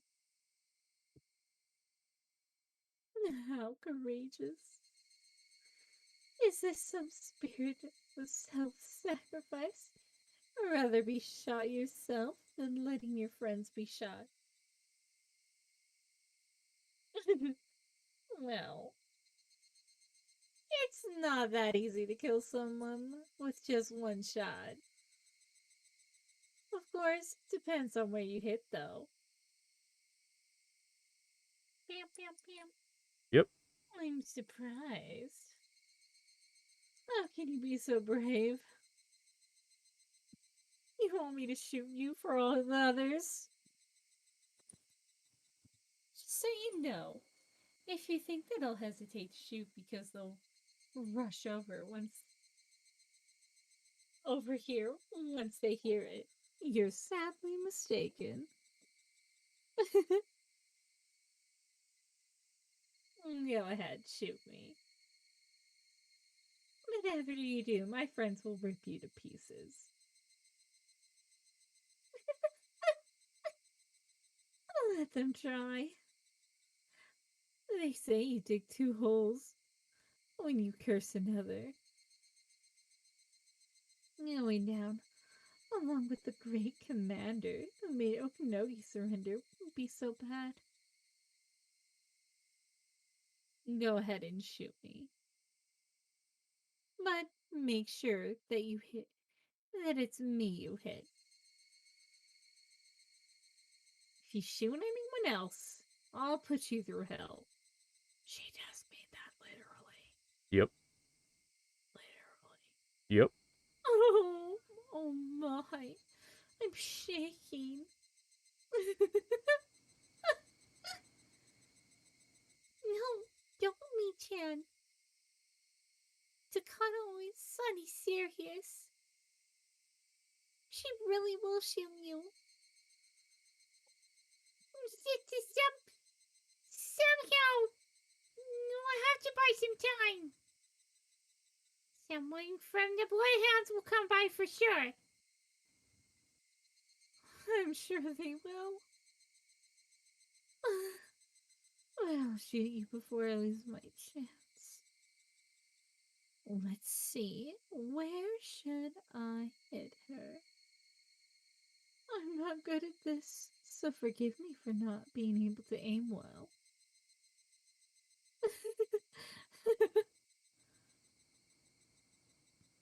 Me? You aren't serious, are you? Don't anyone move. I'm the leader of this club. I'm the leader of this here club. If I can protect you all, I'll be satisfied with that. Yeah. Yeehaw! I got y'all riding on my back. If I don't make it, set up a shrine inside my locker and pray for me there. Oh my. It just sounds like an old man. Sounds like a fucking old cowboy. Her dream of being an old man is my imitation of my grandfather. Oh god. Where are we taking over? Yeah, we're taking over my position, K-chan. You'll be taking over my position, K-chan. Help him out, okay? Miana's prepared to die. I'm already cornered. I won't accept any words of negotiation. Miana understands that. She doesn't want anyone else to be killed. That's why she chose to be a shield for her friends. That was an easy decision to make for her. Because none of her friends would end up hurt. If she ends up just getting injured, that would be a stroke of luck, as far as she's concerned. Even if she doesn't make it, she thinks that's far better than seeing any of her other friends die. And that's why Takano would shoot. Even though she understands Mion's noble intentions painfully well, it's too visceral for her to accept, so she'll shoot. I will pull the trigger. With all these absurdities of the human world riding on that bullet, I will shoot her. You will play games often, right? Have you ever played Old Maid? No. I play Old Bachelor, though. They have the same rules. The human world is just like a game of Old Maid. Everyone trying to Voiced? voice? Voiced. Everyone trying to voice the Old Maid onto someone else. It's a game that seeks to determine not a winner, but a single loser, the sacrifice. You see, I picked the Joker. But nobody else. But there's someone else to pass the card to. That's why I'll shoot you. That's my revenge. Fitting for this irrational world of man, isn't it? I'm preparing myself to shoot. There's no hesitation left in me. I will shoot her. I'm serious. Mion closed her eyes and opened her arms to try and shield her friends as much as she could. Now's when Hanyu stepped forward and placed herself in front of Mion. Hanyu! Get back! Brave Mion. Now I used your courage. That's more than enough. If the Joker can't be passed to anyone in the human world, it's my job to accept it. What are you saying? Mika! I had a lot of fun in this world. Thank you for letting me join the club. It was so much more fun to be here, to be in it, than just watch. So, thank you. I enjoyed Cat butt in the way. myself. I enjoyed myself. I was so happy spending time with you all. In that moment, Hanyu glared at me adamantly. Now shoot me, child of man. With the sad sin you must voice onto another. I will accept it. I will accept it. Kill me. Do it! Kill me, you bitch! Do it. Okay. Do it. Okay. Fine, die! Ooh, Jeanette! fucking crazy, crazed lady. The club members must have thought I was joking. Or bluffing. They didn't think that I would actually shoot. There was a noise like something exploding. In a world where time became as sticky as syrup. Ew. Ew. We saw it happen. The silver bullet hitting an invisible wall in front of Hanyu. As though the wall was protecting her. The bullet wanted to pierce Hanyu's chest, but it couldn't reach its skull. A bead of sweat formed on Hanyu's forehead. She had stopped the bullet with an invisible force.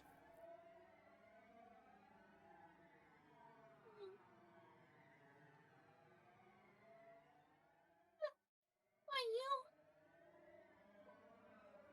I'm okay. I can do this even in human form. My power. The silver bullet was being pushed back. The Kana was startled by this otherworldly phenomenon, but then she spoke one phrase. You. Dirty bitch. Monster. The silver bullet smashed through that invisible wall. There was no longer a wall at all. There was no wall to protect Hanyu from the bullet. The bullet approached Hanyu's chest. Somebody let out a silent scream. Nobody could stop it. Nobody could stop that bullet. In the world of frozen time, nobody could stop the bullet that was stopped just inches in front of Hanyu's chest. Hanyu's friends had seen this scene before. The moment of checkmate. No matter how much they screamed, there was no way to avoid this tragedy. They knew that from their memories.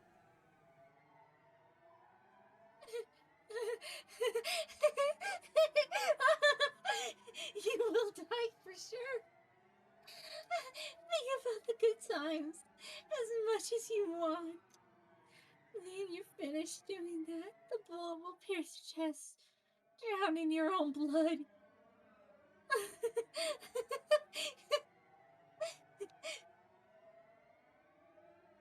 I guess I'm a bitch too, so I wouldn't be here. Hanyu thought that this would take care of everything. Hanyu wasn't supposed to exist in the first place. He would leave the stage and the rest of the cast would stay unharmed. This is how it's supposed to be. But in that moment, something happened to surprise even Hanyu. In the world of frozen time, in which nobody could move, Rika reached out and put her hand on the bullet that was stopped in midair. How could she move? Even Hanyu couldn't move. Why could a mere human like Rika grab the bullet?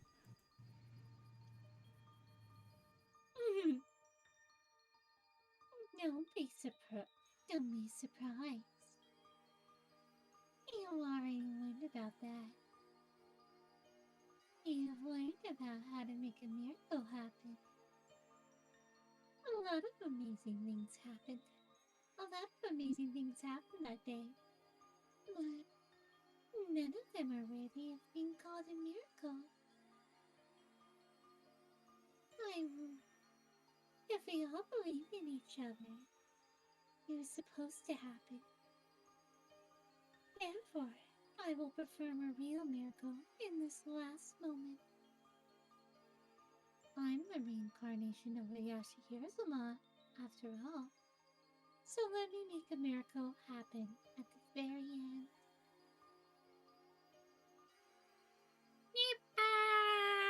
What the fuck?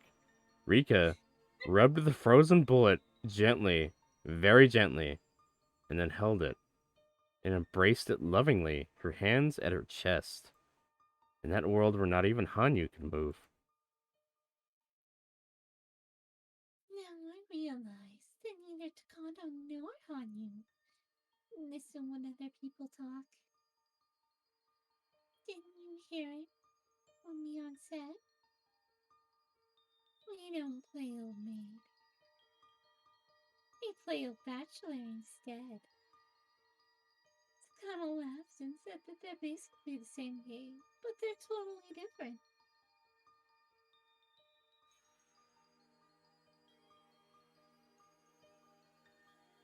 In Old Maid, a single joker, an unharmonized element is added to a full harmonized set of cards, and people try to foist it onto another. But in Old Bachelor, one card is removed from that harmonized world. Everyone foists the unharmonized fragments onto each other. It's different than having a joker, because everything would be in harmony if there wasn't something missing.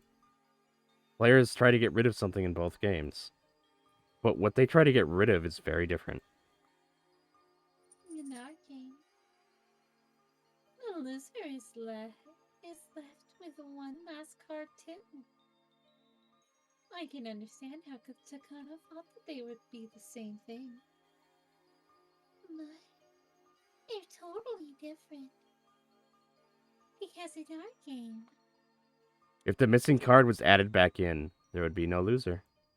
Hanyu, the missing card in this world where someone has to foist their sins onto another, has joined the game. So this game has no losers. You're still trying to take one card away? What a waste of a miracle. this world doesn't need a losing card. That is the answer I finally reached after 1,000 years journey. Trying to find a miracle. Wait, did they say originally that was 100 years? Now it's 1,000 years? I'm so confused.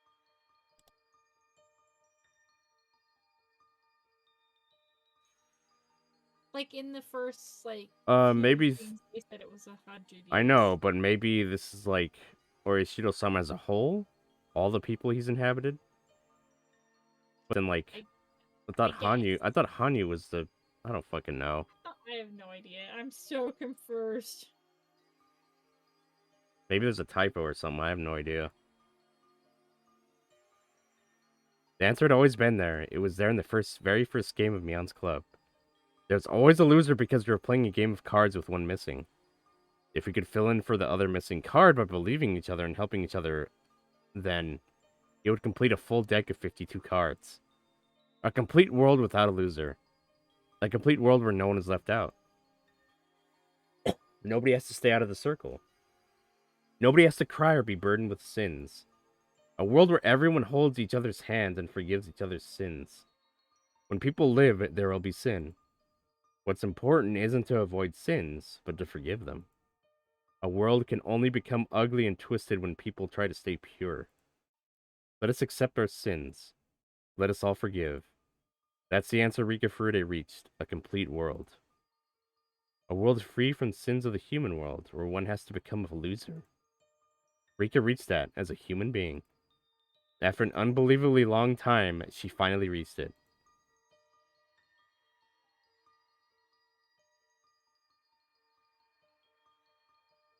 The frozen time began to thaw. There was smoke coming from the muzzle of Takano's gun, so it was definitely fired. However, nobody got hit. Keiichi looked around fearfully to make sure nobody was bleeding. They were all fine. Nobody had been shot. Heh, heh, you missed. Serves you right. The tension lifted in Mion's body, and she began to sweat all over.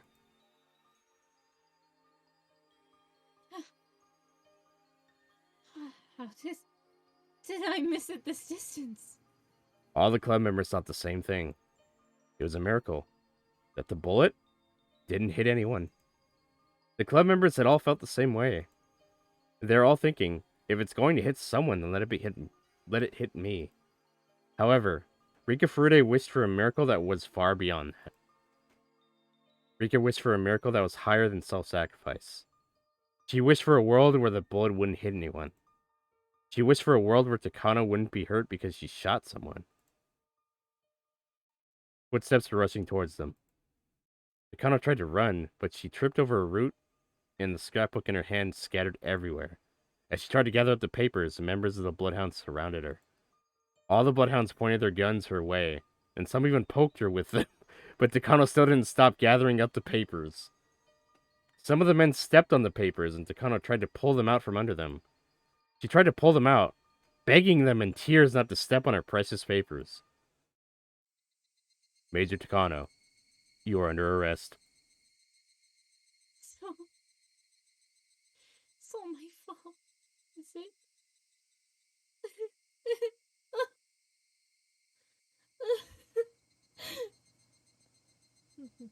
The club members, feeling bad for her, looked at the ground. Stand up. Put your hands behind your back. Hey, don't resist. No, no, no, no!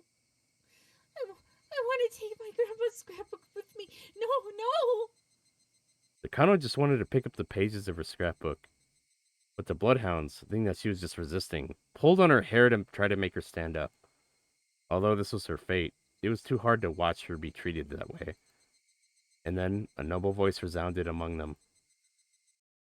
It's a boy! Wait! Radiating with divine light, a man appeared. He's so beautiful. Oh my god. They all knew this man very well. I want to touch his body. Oh my god, you fucking pervert in this. Baka hentai. But they had never seen him look so determined. I'm First Lieutenant Tomitake from the Research Division.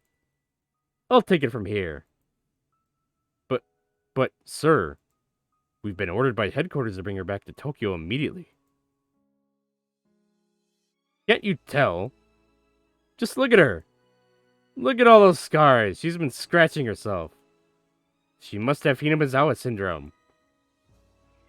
There were Anxiety saves you. Yeah! there were lots of horrible scars on her wrists, arms, and neck. Takano had scratched herself throughout the day because of all the stress. There was no way for anyone to be certain if those marks were symptoms of the syndrome. But when Tomitake said that, it certainly sounded true. But the Major must have been given medication to prevent her from contracting the disease. There's no way she should have it. Haven't you read the report?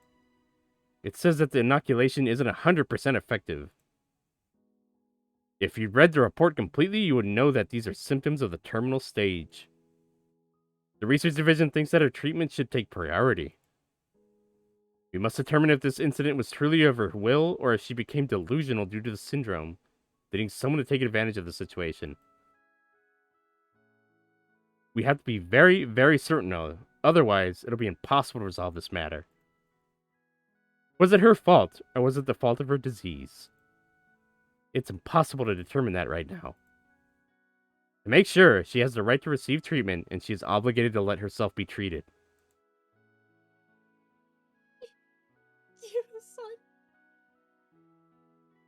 Take her to the Iride Institute so that she can be examined immediately.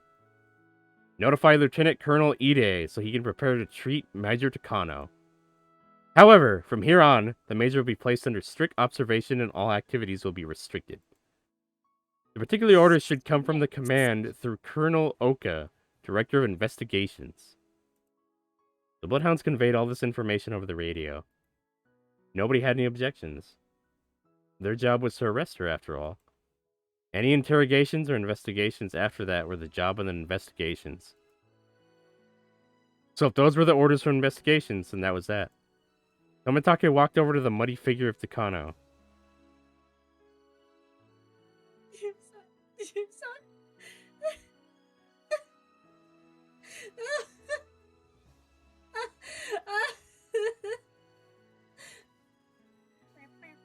Takano buried her face in Tomitake's chest and cried.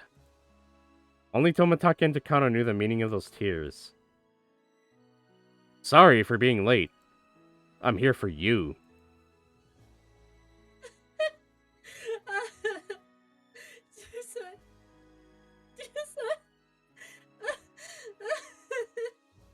You're not as bad as you think you are. You can start over. You can start your life over as Miyoko Takanashi.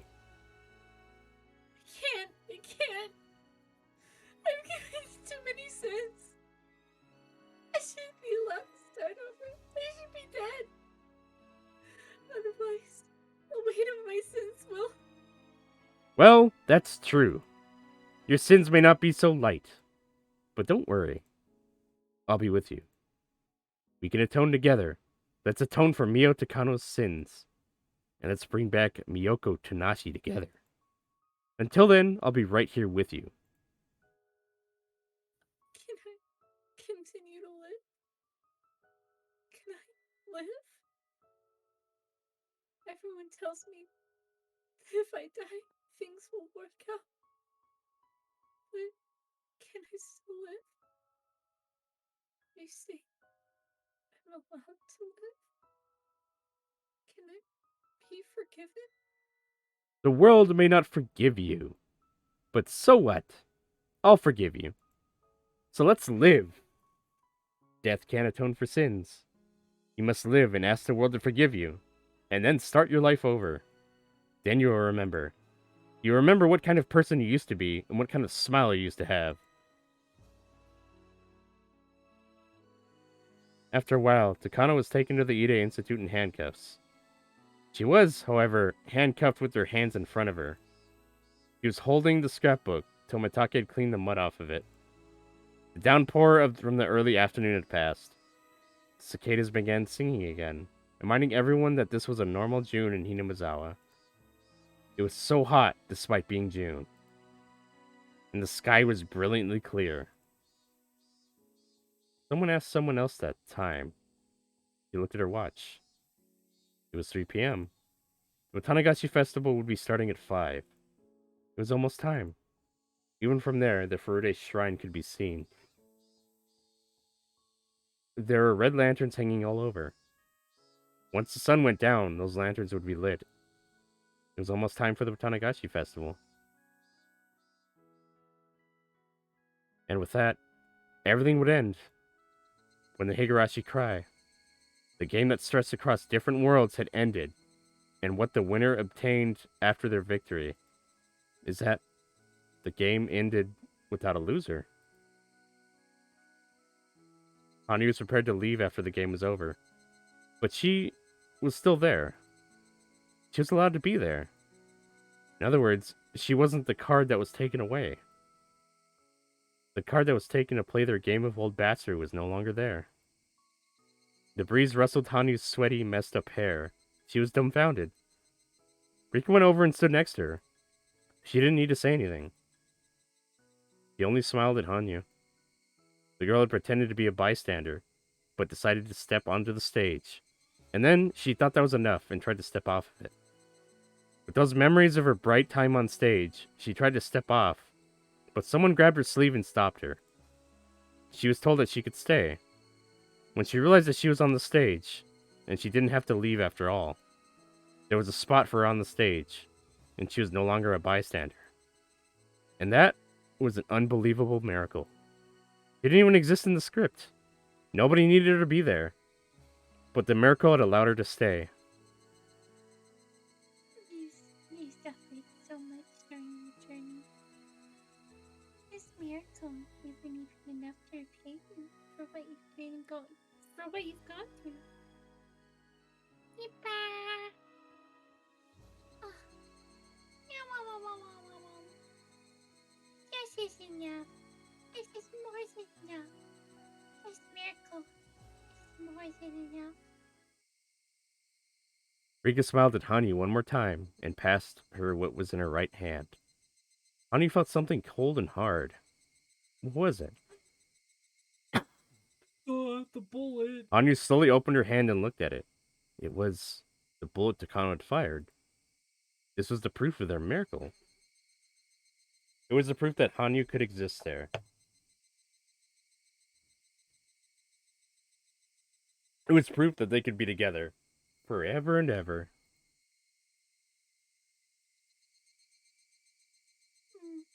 It'll be dark soon. It's time for the festival. We'll have so much fun together. You can't just watch us anymore. I'm sure there'll be plenty of punishments to torment the poor newcomer. Oh. I don't have to just watch the Matsuribayashi festival. That's right. Because you don't watch a festival, you enjoy it. Were they teasing? Were they testing the speakers? It was still bright outside, but there was music playing already. The cheap, dubbed BGM collection of festival music could be heard from the Furude Shrine in the distance. It sounded so exciting to her. This is what she wanted to join in on all this time. Rika held her hand. Let's go together. Let's go to the Watanagashi festival. All of us. Together. Yeah.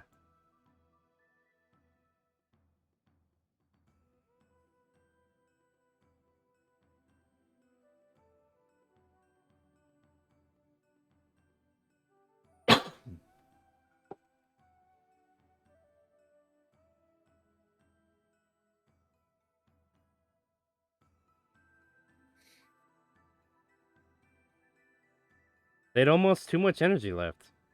It had been a long day, and many things had happened, but they still had the energy to go to the festival. It was, after all, the special day of Watanagashi. The curse of Orishiro-sama had been lifted, and no tragedy would ever occur again. Don't jinx it, God. It was the first peaceful Watanagashi, the first one without a tragedy since the dam conflict. Penguin. What? What? It's a Gundam. Oh, you're right. It's a Gundam. There's a little Gundam. Like some cheap knockoff Gundam over there. If so, it's a game, and you get to win the Gundam. I would win the Gundam for you. Would you? I tried. I'd win the Gundam for me too. I'd try to win it at least. The villagers had noticed that the phone lines were disconnected during the day, but it was fixed so quickly that they didn't pay much attention. They heard the self-defense force helicopters near the mountains, but rumor had it that they came to the wrong place for their training. What the fuck? The elderly villagers laughed and said that the young men of the National Defense Force need to pay more attention. Those stupid kids. Oh, those silly youngsters. Some people say the self-defense force even came to the EDA clinic. The villagers didn't even get suspicious about that. They assumed that the EDA clinic had started doing physical checkups for the SDF. There were pieces of broken glass on the roadside near the village border, as if there was an accident. Some people wondered how anyone could have had an accident when there was no obstruction on the road. Elderly people said to each other that they always had to drive carefully, even on familiar road. But it looked only like a trace of a normal accident, so they didn't get suspicious. The rest was a ghost story. The villagers heard an extra firework to signal the festival taking place. It wasn't an echo. The people in charge of the fireworks were puzzled. But when Rika said Orishiro-sama must have shot the extra firework, the villagers simply believed that was true. Ghosts. It was the night of Watanagashi, the biggest festival of the year. The villagers forgot their worries and enjoyed themselves. The club members were doing great as usual.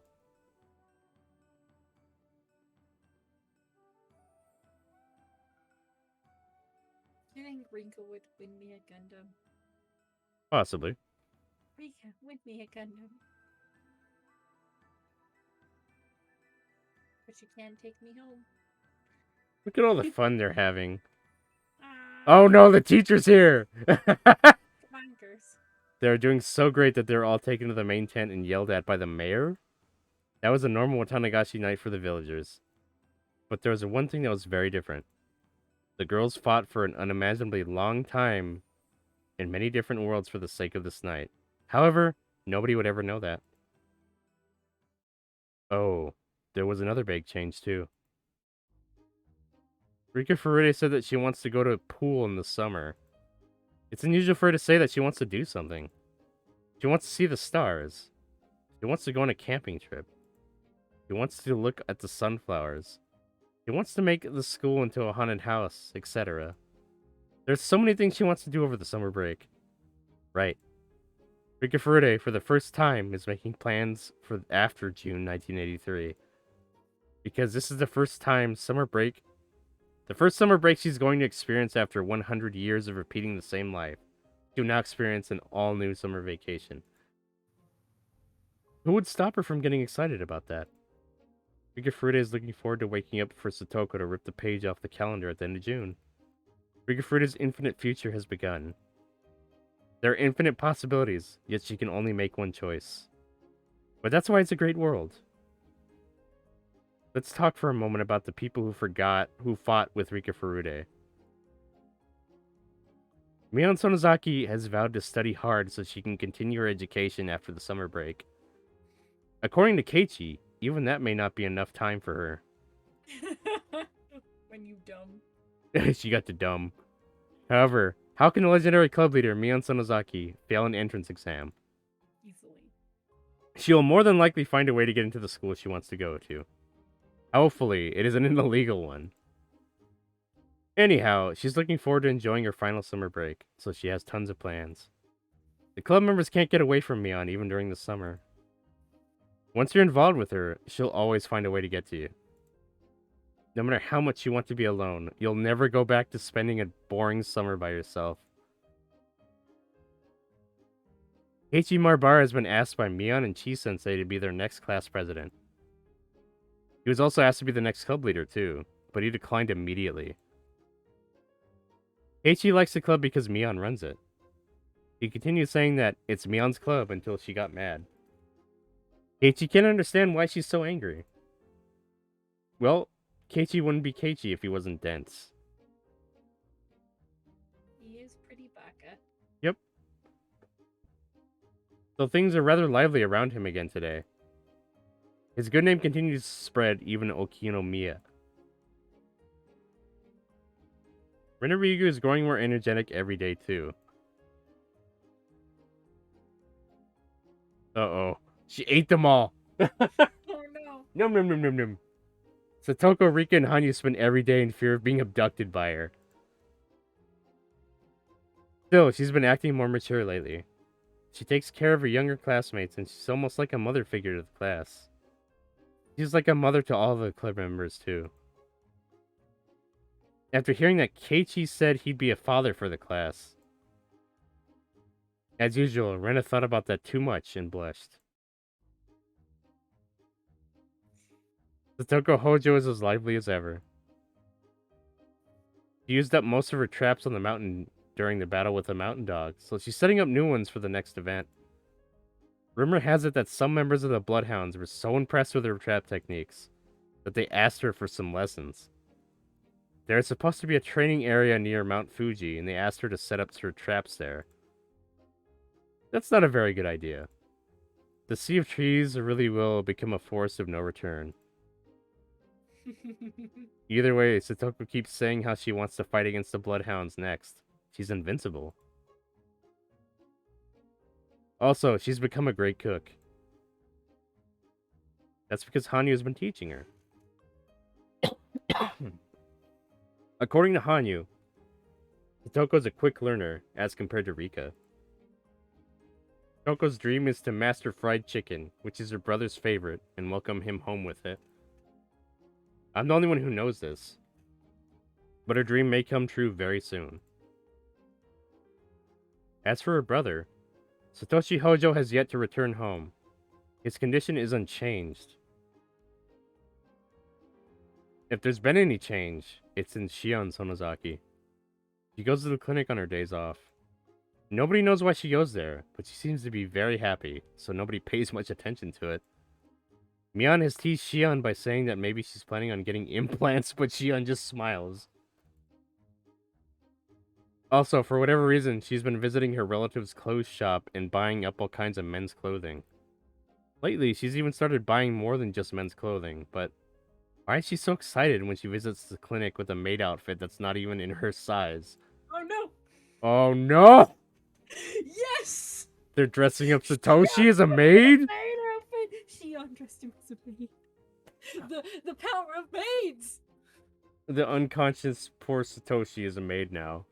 The power of maids. Oh dear. Like could you just imagine she's like dressing Satoshi as a maid, and Irie comes in and Irie is like, What the fuck? yes, the power of maids, and he does like the little JoJo thing. Oh yeah. Oh hey Venus. Damn, fried chicken from your siblings? That's unreal. I wish my siblings made me food. Just kidding, mine do. I'd like fried chicken sometimes. Really, fried chicken? Index, make me fried chicken. What if? Hear me out. What? We have air fried chicken nuggets. Does that count? Air fried?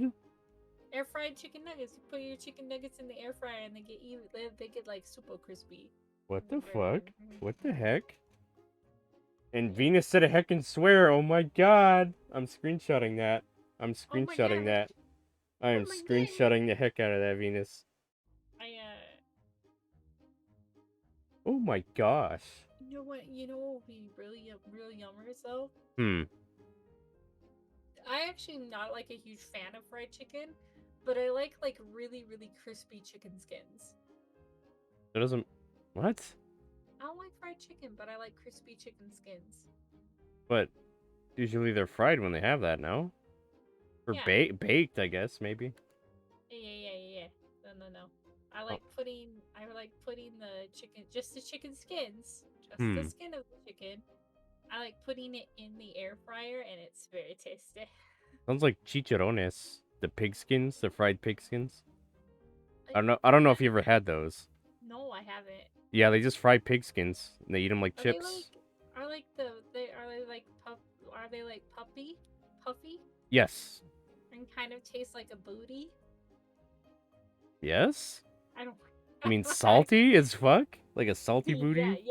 yeah. Chicharrones, yeah. I don't know if they have them over there. I have eaten them.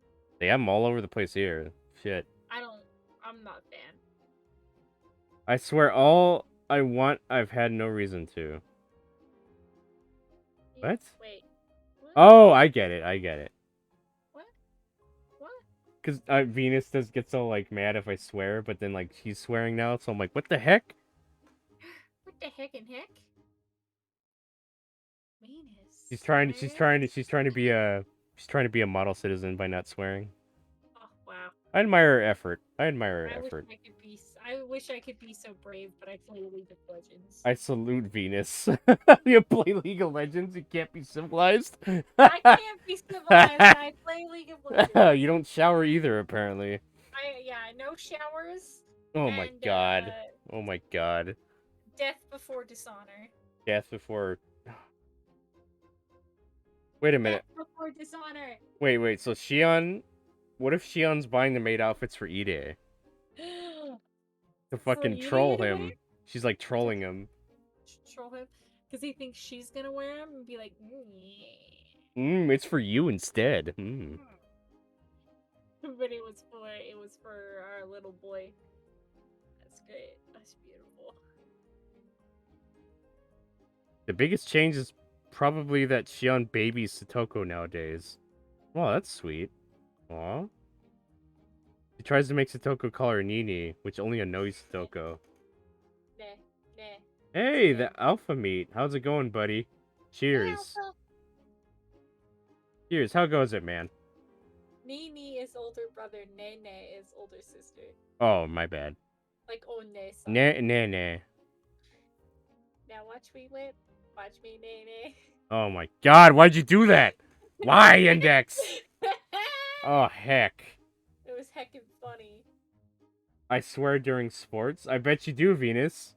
Someone steps on your toe, you're not gonna say, oh, heck. Why did you step on my gosh darn toe? Yeah, you're probably gonna use... Oh my heck, what the holy scud. You're gonna use all kinds of colorful words. That's a real song, actually. Oh, y'all.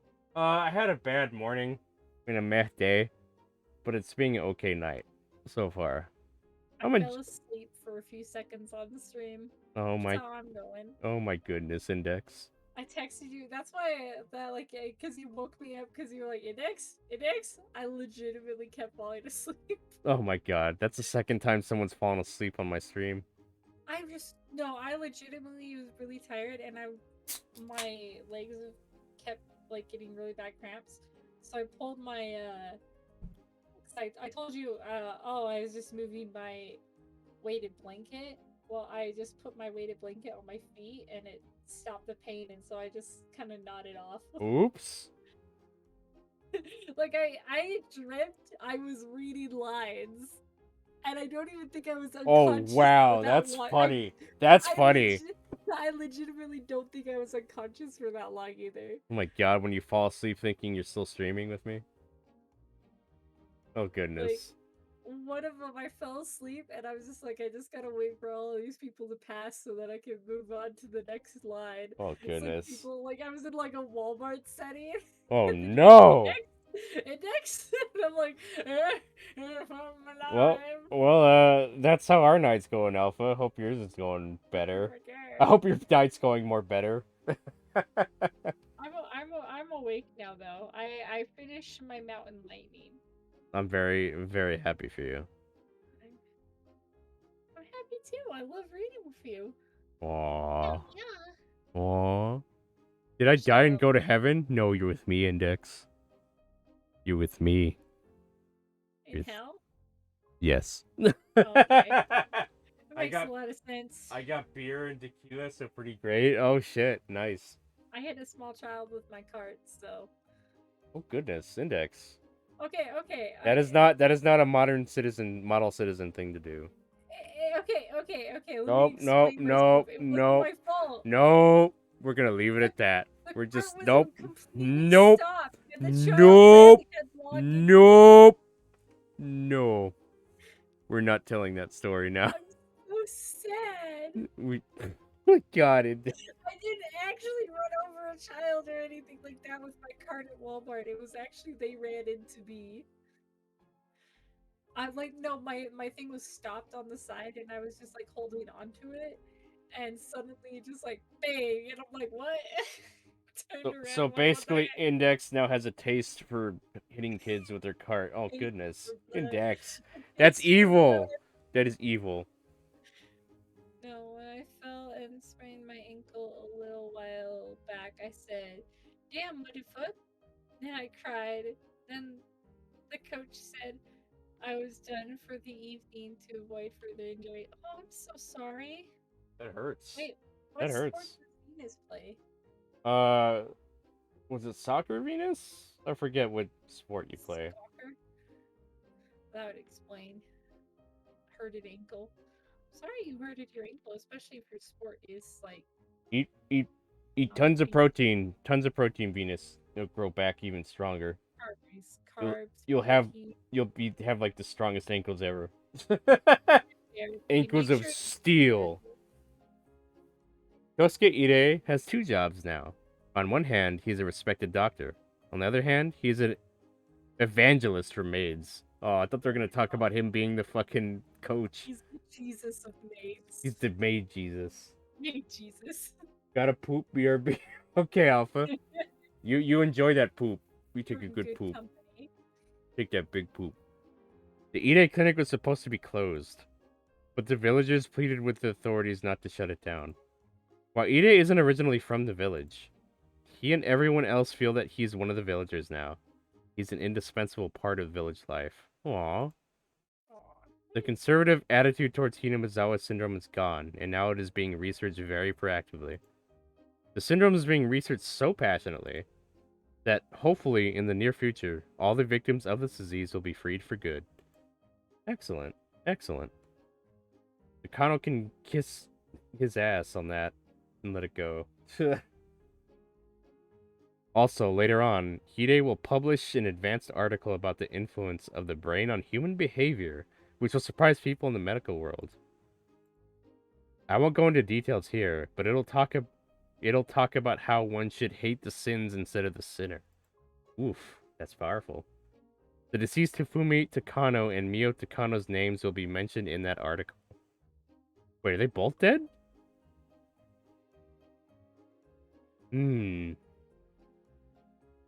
I think they're just talking about the grandpa. We'll see. Yeah. She's probably, I doubt she's dead, but we'll see. Jiro Tomitaka still visits Hinamizawa every season. He is still known as the traveling photographer, and he continues to walk around the village looking for good picture spots. Of birds, right?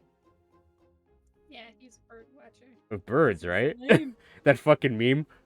Of birds, right? I did obstacle running back when I started and I progressed too fast. So while my foot was fell while my foot was diagonal, and then going down on the side of my right foot. Ooh. Ow! That sounds like you twisted your foot. Ow! Yeah, that's a sprain. Oof.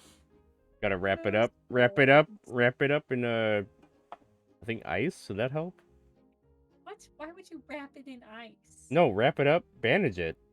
So and then you do what's called. So it kind of depends on your doctor, but they either call it rice or they call it price. What? Pressure rest. Oh, so okay. Ice. Compression. All right. Elevation. All right, Venus. Eat shitloads of protein though. Go find a cow and just consume the whole fucking thing.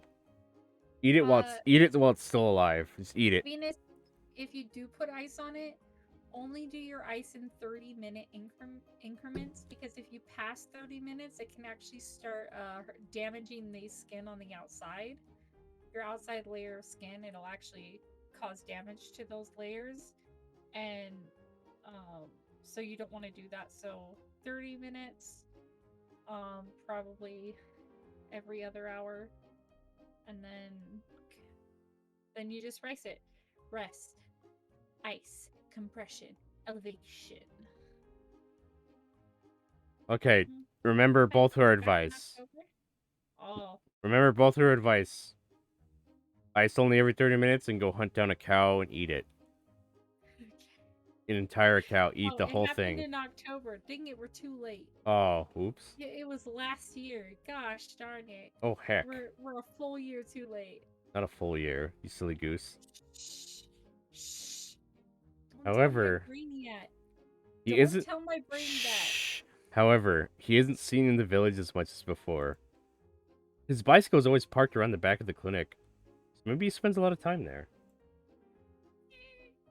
Some villagers say maybe he's sick and being treated, but his bright smile proves they're wrong. Mio Takano hasn't been since that day.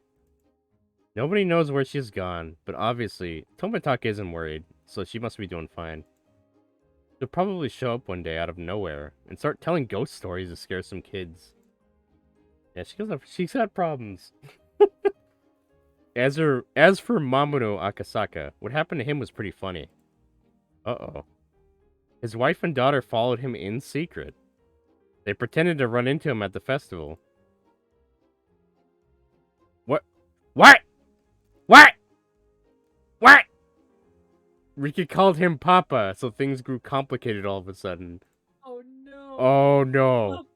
Agasaka's wife smiled, but she choked his neck with her braided hair. Oh my god. Her arms were folded, but her braid moved like a tail. Squeeze. She tortured a man who destroyed a special forces unit without even using a weapon. That's the power of love right there. Rika continued to tease him, making the situation even worse. However, Akasaka's family liked Hinomizawa, and they said they wanted to come back. Aw, So cute. Akasaka's daughter and Rika grew so close that they seemed like sisters. Aw. That's sweet. Akasaka should adopt Rika. Probably, yeah. Kuraudo Oishi has gotten back into playing Mahjong. That little rascal. For whatever reason, Akane Sonozaki has joined his table too. There's rumors a riot squad almost got dispatched to the Mahjong parlor one time. Oh no. Those two are fucking now, huh? Probably. His colleagues say Oishi has calmed down quite a bit. Hengu, what the sheet? I will explode my surface area compared to a cow is like 1/3, even just a quarter. I'll explode 4 times. Venus, you have to do it to repair your ankle. Your ankle requires that much protein to... Like, imagine how much bigger your protein muscles would get from eating the entire cow. No pain, no gain. Yeah, you gotta do it. And then your ankle will never be breakable ever again. It'll be impenetrable. Think about it. You will never break your ankle again. Or twist it, sorry. What were you saying? Oh, Venus said, also I Was she saying something? would rather have chicken salad and beans. Oh, okay. You know what you do with... You can have that, but just eat the cow too. That just reminded me of something. What? When my niece was little, she just started like saying this thing to me, and she'd wiggle her finger, and she'd go, I eat the beans. she'd wiggle her finger. What the fuck? She went possessed mode? She's like 2. Oh, goodness. Being a child, weird. His colleagues say Uishi has calmed down quite a bit. It's probably because he has reached closure within himself. But his colleagues know nothing about that. Closure? Closing that dick? Closing these nuts? I don't know. He's planning to move to Hokkaido when he retires, but he wants to come back every summer. His bright second life is waiting for him. I want a second life. What the fuck? I want to be a caterpillar. Katsuyoshi Kasai hasn't changed much compared to the others. To some people, this was a life-changing event, but for Kasai, it was just another episode added to his tale of heroics. According to Kasai, this incident was just a little bigger than usual. If this was just a little unusual, then what in the world would he needed to impress him? Hyun insists that he will tell her, but Kasai only tells her that that's a secret. Ooh, he's a man with secrets. Also, he regretted exposing that part of his past. Hyun keeps begging him to tell her all about it, but he simply ignores her. He's Is good, Papa. That's lovely. Yes, it is, Venus. Very lovely. He's good, Papa. A man has to keep his secrets, right? I mean, probably. Don't women love it when men keep secrets from them? I You're just mean, like, I want to know. What? Women keep secrets. I don't see why men can't keep secrets. You know? Oh, yeah. Unless you're with another girl, and then then I'll have to kill you. Uh-oh. That's how relationships go. That's You're how. with another, and you're gonna die. Yandere dicks. Yeah. Slowly kills people. Let me talk about myself, too. I, Hanyu, am doing great in my new life as Hanyu Furude. I'm finally getting better at playing games, and now I'm taking the role of the club's dark horse, a position formerly reserved for Keiichi Maibara. I have a bad habit of believing everything I hear, so Mion and the others always tell me some strange things. Thanks to that, I'm getting tougher, to put it in a good way. Shrewd to put it in a bad one. But then, I need to, otherwise I wouldn't survive in this club. I'm going to continue to learn a lot of stuff through the club activities, so I can live in this human world. Uh-oh. Uh-oh. Sunday, June 19th, 1983. Night falls on my longest day of the past 1,000 years. The club members are having a blast. A lot of people are here. The stall vendors are still doing business. The speakers are playing rough yet exciting festival music. I've known all of these. But how wonderful it is to actually feel and hear them in person. I thought I knew. I thought I knew because I've been following and watching them. But that was completely different. I knew of it, but this is the first time I've actually experienced it. Also, a better type of news is I got into a private art school. My first class is on Thursday. Oh, fuck yeah. Nice. Congratulations, Venus. Let's See? increase your money. See? Your skills are only going to go up and up from here on out. Welcome back, Alpha. Hope that poop was really good. But yeah, I'm really proud of you, Venus. Keep it up, man. Venus has been working very hard on, like, many different things in her life, and I'm very proud of her. Venus is a good child. Hold on a sec.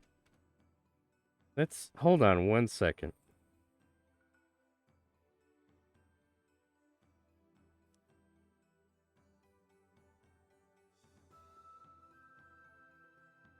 This is for you, Venus. Just for you.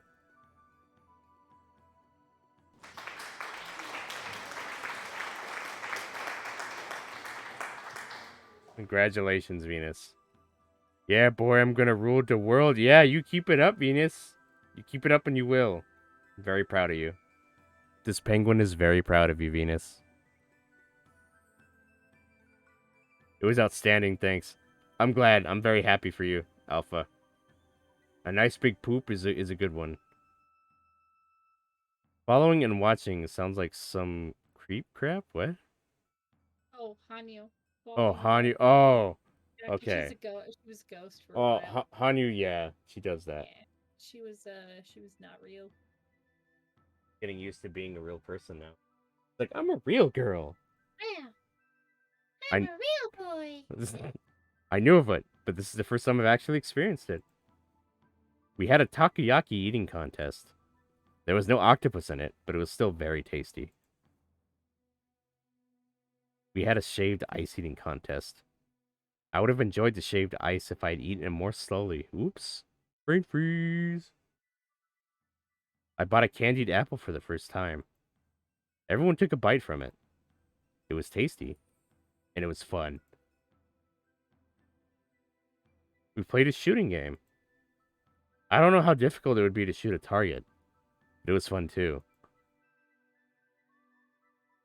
Also, we played a shady lottery game. It was one of those things where you pulled a string and got a prize. Nobody got a good prize. We all complained about it to the vendor. That too was just some fun. So much fun. Then it was time for the dedication dance. Of course, we go there early. So we commandeered the best seats. I snuck out and stood where I was told to. I could see better than the other club members. Thank you, thank you. I'm here from 6 to 23, 24/7. 6 to 23? That's a lot of hours, isn't it? 6 a.m. to 11 p.m., is that it? In military time? Yeah. That's a lot of hours, Venus. Heck. Gotta rest at some point. Oh, dang, Venus, don't be sleep deprived. Poor little Venus-chan. How are you gonna grow big and strong? Oh, wait, you already are fucking, like, 100 feet tall. I forgot. Venus is just in my dreams. I could see better than the other club members. This was the spot where the object of worship sat.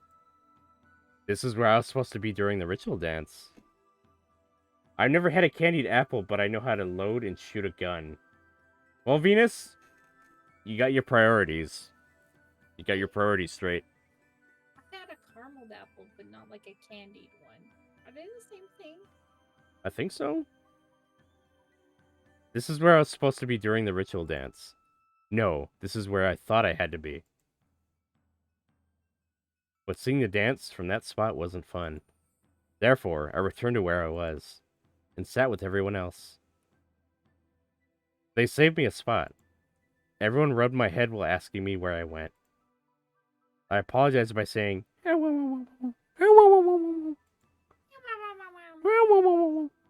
that made me very happy. Somebody likes head pats. I do. I watched the performance in the crowd of people. It was the best dance I've witnessed in the past 1,000 years. I couldn't keep either my happiness or my tears from flowing out. After the dance was over, a handful of cotton was passed around to all the villagers. We let the cotton absorb all the filth and sins of the past year and wash it down the stream. Cotton is cotton. Obviously, it's not human. We use cotton instead of human so that nobody is sad. Well, that's very thoughtful. In other words, this is the way to purify sins without making anyone suffer. Here you are. This is for you, honey-chan. Do you know how to do it? Yes, I do. Yoshi, here's some more motherfucker. I go like this and just down the stream, right? The girl who gave me the cotton took the letter I from her name during last year's Watanagachi and washed it down the stream. By doing so, she was freed from her suffering and began a new life. We drifted our sins down the stream. It's not the same as pushing our sins onto the cotton. Instead, we wash away our own sins and forgive ourselves. We forgive each other and we help each other, and that's how we create our own story. I put my cotton in the stream gently. Oh wow, nice pan over shot. Holy shit. Oh dang, is it the whole gang? It's the whole gang, ain't it? The whole gang. Mia just pushes Keiichi in.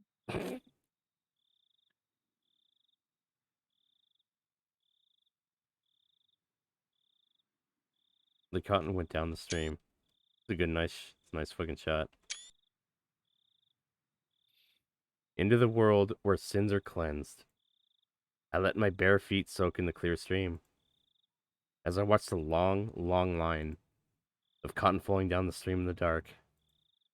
Surrounded by people sending their cotton flowing down the wondrous stream.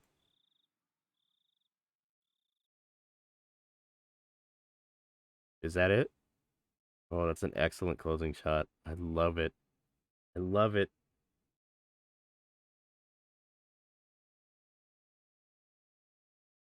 This is a complete world where all the fragments were put together. This is an ideal world. Venus saying? My uncle's a hunter, and I go to like half military camp, so I've been taught lots of stuffs. Ooh, nice. Venus is gonna be a ultimate killing machine in the near future. Terminator. This is an ideal world. What else is there? What else do you need? Hani Furude still wants more. Because we can be even happier than this. We could be happier if we wish to be. Not a long time from now, but in the near future. Then when is it? I told you, it's in the near future. We'll be happy then too. See?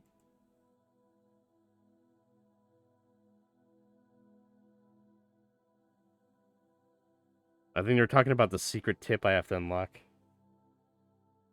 I mentioned that before, right? Yeah. I have to do the tips in the right order, which I think I'm gonna do that off stream. And just like watch the tip on stream. Everyone is entitled to happiness. Difficult part is accepting that. Everyone's entitled to happiness. The difficult part is fulfilling that. I too am entitled to happiness. The difficult part is working on your compromise. Because from now on, I'm going to live a much, much happier life. I'm not going to compromise with just this. We'll retrieve the happiness that we missed. 100 years worth for me, 1,000 years worth for you.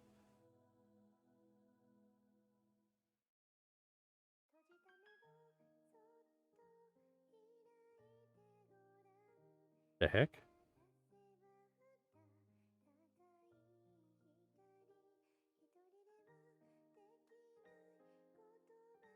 That the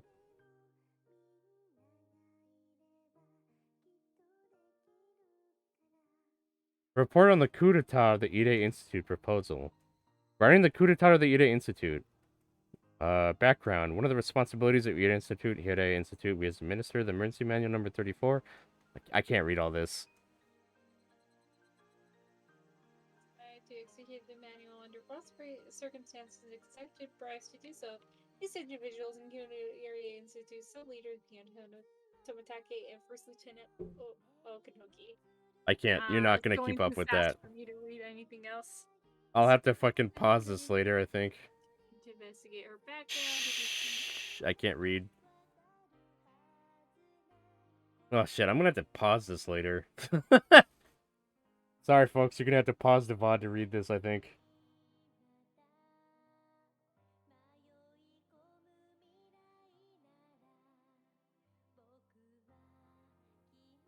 Oh, Nomura. Oh, fuck. She's still kicking, huh? Oh, that bitch. Did she get fucking taken care of in the secret tip, I wonder?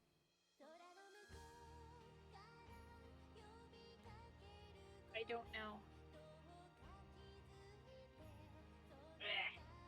Fuck, I think I'm stuck watching this. No! Escape. Enter. Nothing worked. Dang it.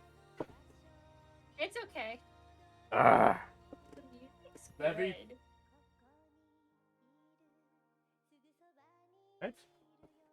Oh, yeah. Yeah, he would recruit you, yes. Okay, I really gotta pee, so I'll be right back, Index. Eh.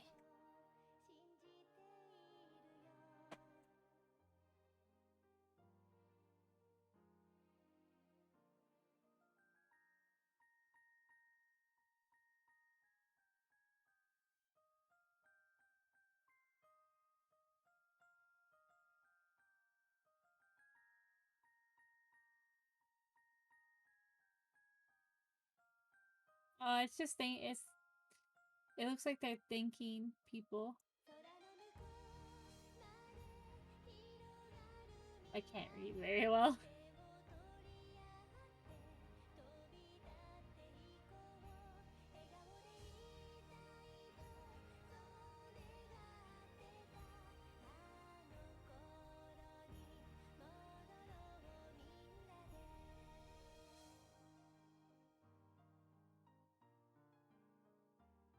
Oh.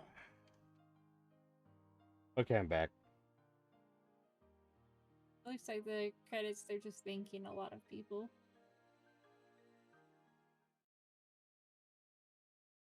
Oh, I can skip. Good. Yay. Narrow jump has been unlocked. The tips reading room has been unlocked. You can now read the tips you've obtained so far. To view the select extra, yeah. Staff room has been unlocked. There's a thank you message for purchasing the game. Okay, we can do that real quick, I think. There's a new tip. The forbidden treasure Onigari no Ryuru. What? And so the shining future. Nice. Wait, so we got an extra tip? Yeah. Maybe we did it the right way the first. I don't know. I doubt it. See. I'm uncertain. Extra. Reviewed. How are you indexed? Nice. I'm doing okay. Aw. Just tired. Staff room. Hello, this is Ryukishi07. Thank you for playing Matsuribayashi. No. Thank you very much for playing Higurashi when they cry until the end.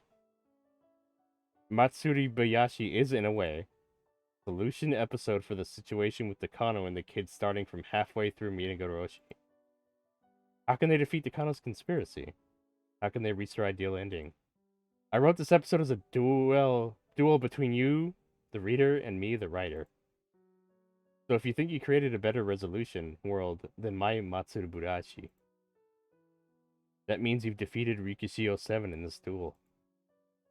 I, Rikishi07, have provided two resolutions. One is how to fight against Takano. First, here's a hint from the Minagoroshi chapter. You find out about Takano's conspiracy, which relies on Emergency Manual 34. Next, here are the hints from the Watanagashi and Maikashi chapters. It has been 48 hours after Rika's death, yet the village is peaceful. If you put those two things together, obviously the basis of the emergency manual, which Hifumi Takano wrote, that everyone will develop terminal symptoms within 48 hours, isn't true. When you put these two together, you can realize that if Rika's body was discovered 48 hours after her death, then it's possible to prevent the final operation. In the Matsuribayashi chapter, I wrote about an attacking side and a defending side like a novel. If I were to simply write about the resolution, all I had to write was for Iishi to announce that Rika died at least 48 hours ago, and Takano's conspiracy would fall apart once the news reached Tokyo. This was rather an easy resolution, like a puzzle, so I'm sure many of you got this right. The other resolution was the ideal ending for this world. To answer this, I have to explain the worldview of this story first. There are hints all over, but the crucial ones are in the Tatarigoroshi and Minagoroshi chapters. Satoko's uncle comes home, and Satoko's life becomes miserable. How can she be rescued from that situation? If the story was an exercise in murder, then the Tatarigoroshi chapter is the correct answer. Keiichi kills Teppei and hides the body well. There's a happy ending. But I didn't end the episode that way. Instead, I denied it with a bad ending. The resolution, the worldview of Higurashi when they cry advocates, is a non-violent one where everyone united together. This is established in question chapters such as Onikakushi, Watanagashi, and Tatarigoroshi. In those worlds, when someone becomes suspicious about everything and worries about it alone, things get worse, and that leads to tragedy. The Maikashi chapter is a sublimation of that situation. On the other hand, when no one talks to their friends, it's revealed that the causes of the tragedies are quite silly. This is indicated in the Sumi Horoboshi and Minagoroshi episodes. In other words, can you see that in the worlds of Higurashi, anything can be overcome when people talk to each other and help one another? Unfortunately, that doesn't happen in reality. Helping each other creates friction, and oftentimes working alone is a lot simpler. However, we always hope that we can connect with other people and understand each other, so that we can face any difficulty. What's all year's New Year's resolution? I'm gonna eat all the fish. That's my resolution, Venus. I'm gonna eat every single fish on the planet. I'm gonna actually finish my rice pudding in the fridge. It's not gonna go bad this time. Let's hydrate. Okay. Thank you for the hydrate, Venus.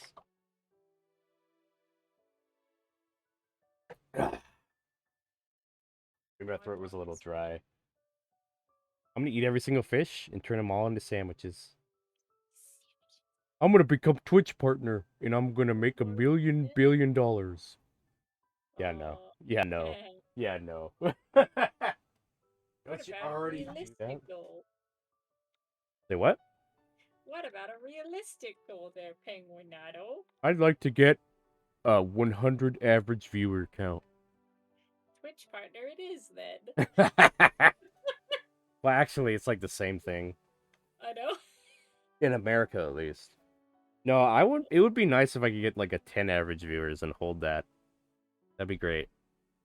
But it's pretty hard. You've been getting more average views, I feel.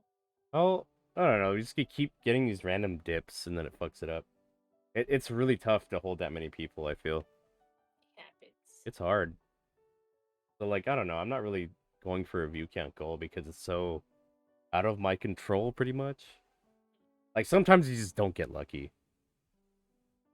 A lot of it's luck. Knowing the right people at the right time at the right place. Turn the VO? Get buff? It would be nice to get in better shape. Whether or not I get off my ass and do it is a totally different thing. The viewers off? Yeah, I do. I turn them off. I check the summary afterward, usually. I want to get a sit-down job.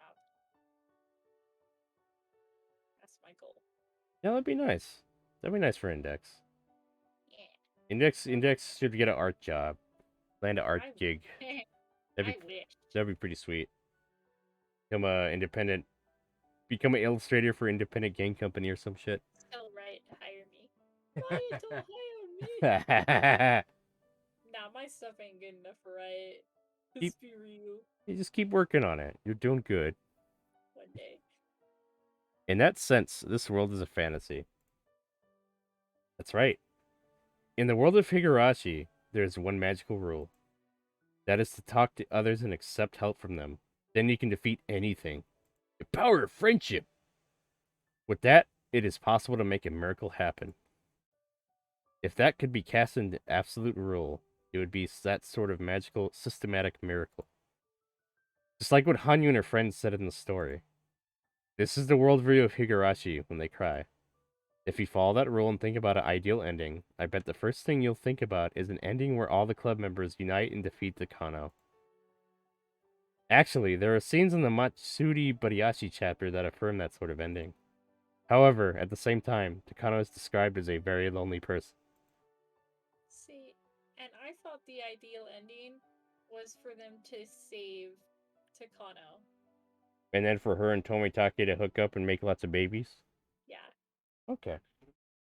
I wanted to end with with Takano and Tomitake getting married. Making the babies.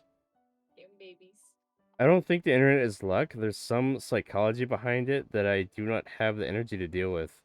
My last IG post was pre-December. Instagram, you mean? Well, when it comes to content creation, there is a factor of luck in it, I feel. I know if I tell people that I'll do free art for them, I get a lot of response. Oh yeah, people want free shit. Especially if you're a talented enough artist, sure. Well, even then, like, people still like free art. Just still want free shit. Yeah, that's how I met Waffle, actually. She was doing free doodles for people. And I saw her shit on Twitter, I guess, and I was like, hey, can you do me something to me? I think I wanted her to draw me. I think she did a little doodle of me, but then we became friends after that. Sometimes things like that just really pan out.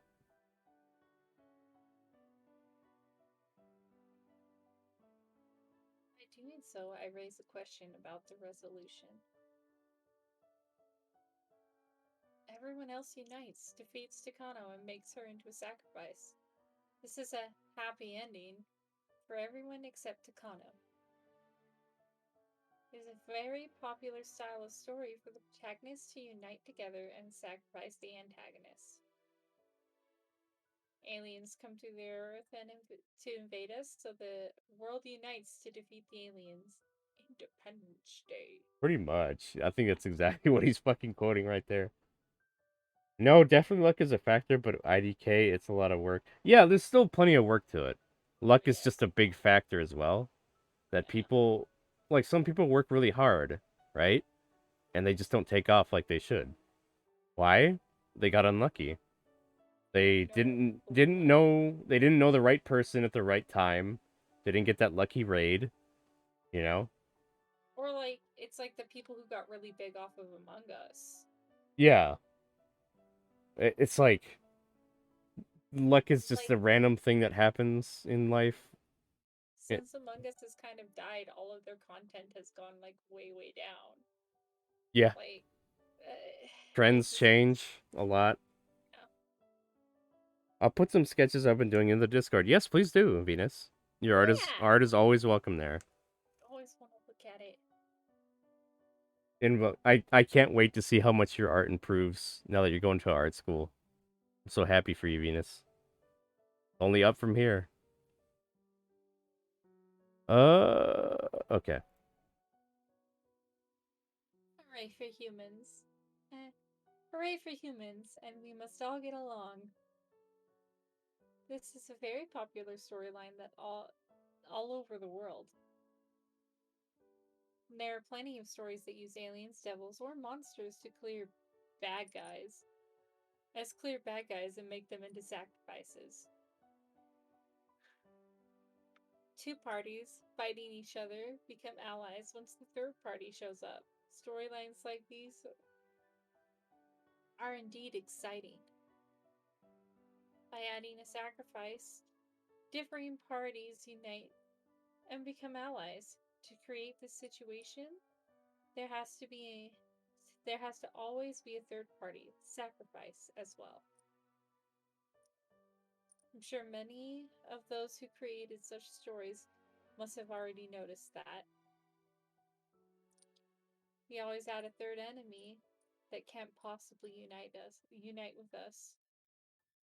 To make up with each other, we try to find a common enemy. Am I the only one who feels that describes our world today? In reality, this world belongs only to humans. There are no aliens, or devils, or monsters. So for us to find an enemy, we have to fight each other forever. To make up with each other, we need a new enemy. And we just end up fighting someone else. In this chapter of Higurashi, I declare that to be the demon of the world of men, with these explanations of the world you hear in mind, do you wonder if the resolution of defeating Takano is in fact an ideal resolution of Matsuribayashi chapter? That's right. It's basically the same foolishness found in Tatori-Gorashi. According to that logic, the Minogarashi chapter isn't the best resolution for the problem that surrounds Satoko either. Do you understand that? How can they make up with Takano? You wouldn't suggest to make to make Tokyo into a new enemy and let the club members join with Takano, would you? I want to crush everyone. My motivation is to be at a higher level in my progress in an earlier age than with better artists. But eventually I want to draw like Jamie Jones and maybe Hikai Kotaki. That's great. Getting a head start on your goals is a great thing, Venus. Yes. Don't ever stop working towards it. Keep it up. Keep it up. Or you become old and bitter like me. Always study and always learn. Yep. You know? Yep.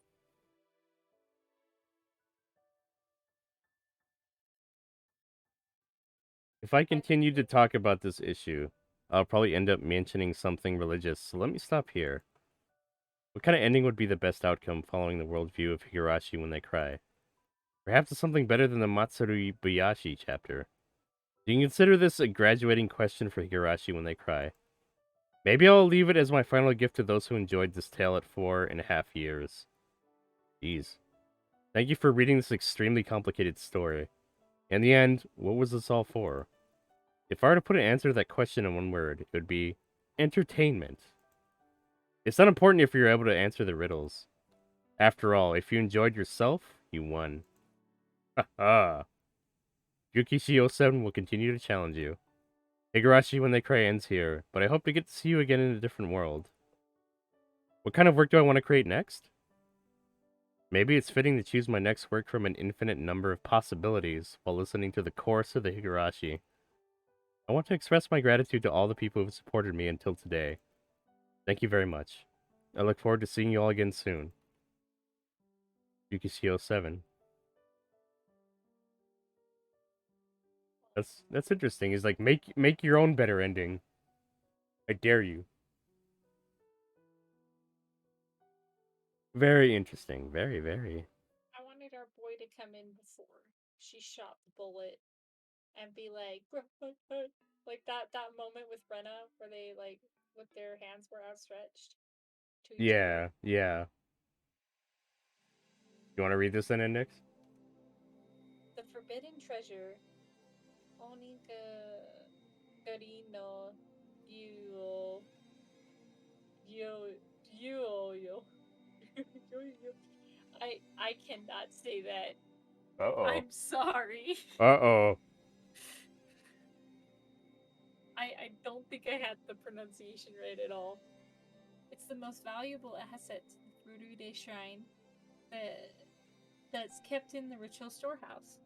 To be fair, even if I'd be bitter, I'd use it as a coping mechanism, art and jogging. Yeah, you do that. Those are healthy coping mechanisms that most of us don't do. Sadly. What are healthy coping mechanisms? Index doesn't even know what the word healthy means. In ancient times, when this place was a chaotic world of both humans and demons, this precious sword defeated the demon god. However, nobody has seen it for thousands of years. According to the legend, it is sealed in the statue dedicated to Oyashi Hirosama in the ritual storehouse. Because of its structure, as long as the belief of Oyashi Hirosama continues, it will remain a forbidden tool, forever sealed away. Also, it is only mentioned in the Forbidden Scrolls of the Furude Shrine. Therefore, only a handful of Furude family heads have ever known about its existence. According to several of those forbidden scrolls, the sword is shaped like a willow branch. There are some ink paintings of the sword made by a few Furude heads, but none of them match that description. That means they drew these pictures from their imagination. The legend says that there was a girl named Oka who received a divine message that commanded her to defeat the demon god. However, neither the swords of human or demons could conquer the demon god. It would require a blade that was neither a human sword nor a demon sword. Only a sword that mixes human and demon qualities could defeat the demon god. It has to have been said repeatedly that the ancestors of Hinomizawa are half demon and half human.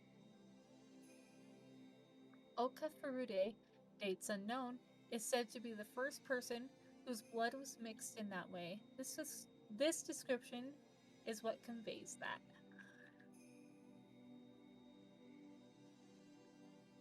Heaven gave Oka a precious sword. The precious sword was shaped like a willow branch. Its tip Its tip split 3 ways, which symbolized heaven, earth, and people in unity. It also symbolized the harmony between heaven demons and humans. Oka headed to the swamp where the demon god hid and defeated him with this trusted sword.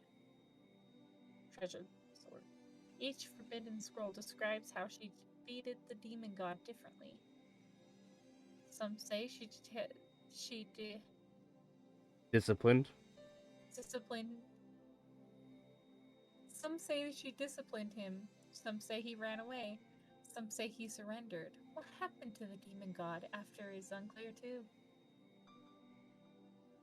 The oldest scroll says that the precious sword destroyed the demon god's horn, but other books don't mention that. And completely honestly, depressed artists will make the best pieces, like Van Gogh. Although it was literally a drug addict and a poison due to it. Yeah. Say, Yeah. I Yeah. mean, most of the famous painters were kind of high out of their minds and kind of like poisons. I guess They that's... were not in their right minds. Is that how good art is made? When you're not in the right mind? Good art is made by people who are crazy. Crazy people make the best shit. The precious sword that defeated the demon god was then enshrined and was named Onigari no Ryu.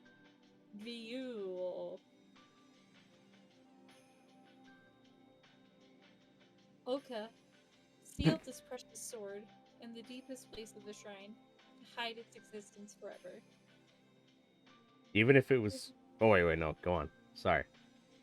Even if it was created to slay the demon god, the sword didn't belong in this world anymore and shouldn't exist on the face of the earth. Some said that was why it was removed from the human world. But some said that Oka was the daughter of the demon god, and she'd wanted to banish the sword that killed her mother. The ancient cult of Oyashi Hirosama suggested Oyashi Hirosama was this demon god. The source of chaos, the source of all that was evil, and the source of all friction. To prevent the demon god from returning to the human world, through worship and comfort is the root of that ancient cult. This may be a type of cult devoted to an evil god. This idea that it's not worshipped for protection, but to starve off a curse links slightly to the modern worship of Oyashi Hirosama, but seems slightly distant from the modern worship that asks for Oyashi Hirosama's blessing and sees them as a god of marriage and good relationships. It fosters the argument that humans are good by nature, saying that all discord is the work of Oyashi Hirosama, and there are no demons in the world of men. After that, the legend continues on to what we know today, the harmony of humans and demons. But in this era, all the scrolls on the origin of the belief of Oyashi Hirosama and the scrolls of the matriarch of the Furude family have been sealed due to being forbidden. What happened? Probably because of the new image of Oyashi Hirosama, that of a loving and affectionate god, and the ancient image of Oyashi Hirosama, the source of all evil, didn't match. Yep, so I need to spend my 30s high, drunk, go to Japan and get addicted to some kind of detergent. Yep. Maybe leave out the detergent part.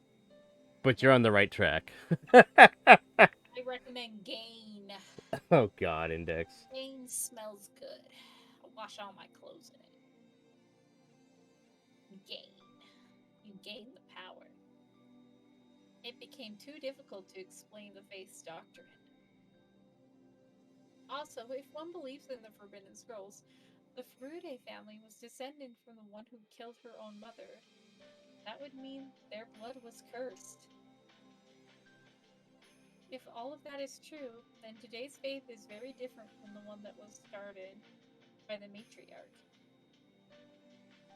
One of the leaders of the Furude family from hundreds of years ago wrote this. The Onigari no Ryuyo, the legendary precious sword, is the symbol of both the Furude family and the sins of the human world.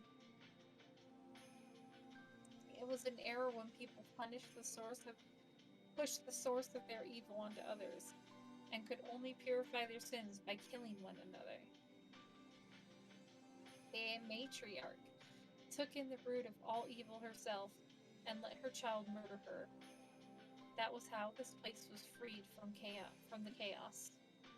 The matriarch usually means Oka Furude, but sometimes it means her mother.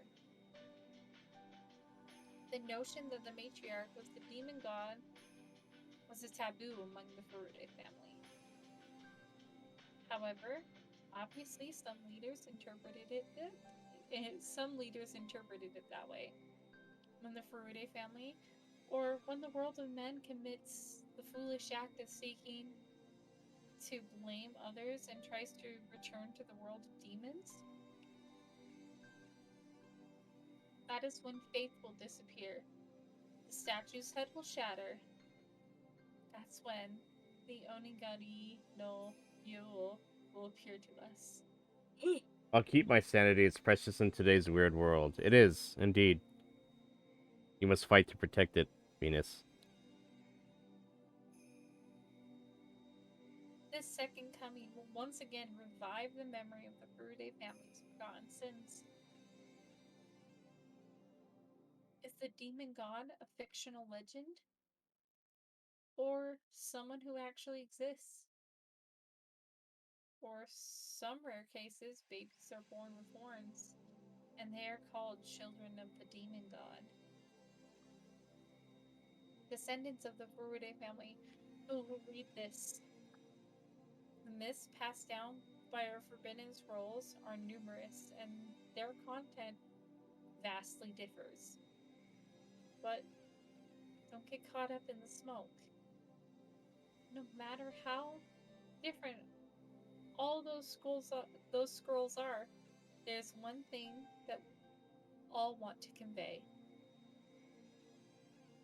Search the heart of Okafurude, the one who sealed Onigari no Ryuo forever. That is the fate that all the Furude family leaders must understand. Huh. Interesting tidbit there. Stephanie, I'm hungry. I gotta get the furnace going and get breakfast. See y'all. Oh, You go ahead and do that, Venus. Have a good breakfast. brekkie. Make good breakfast. Make good brekkie. I wonder if this is the tip. If we unlock the tip. I don't know. I'll have to check that out later. But yeah.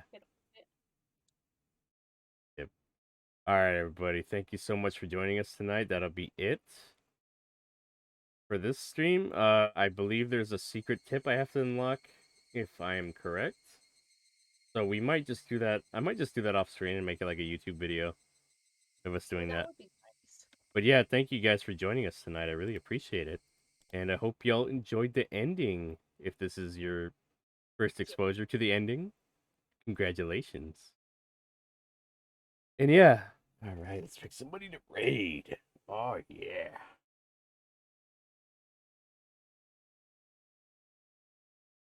Let me raid Chowsy. We'll be playing with her. Pummel Party. Let's do that. Let's do that. Okay. Let's do that. What do we want the raid to say? Oh wait, we could raid Jade too. Heck. Goodbye. Let me see. Flip a coin.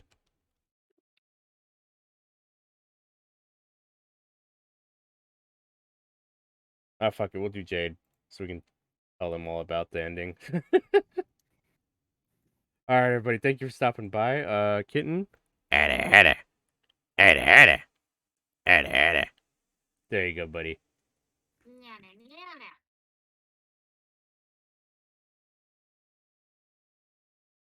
Jade is playing Pokemon Unite. Let's go tell Jade we finished the Higurashi. That we did it. That we did it. We're amazing. Okay.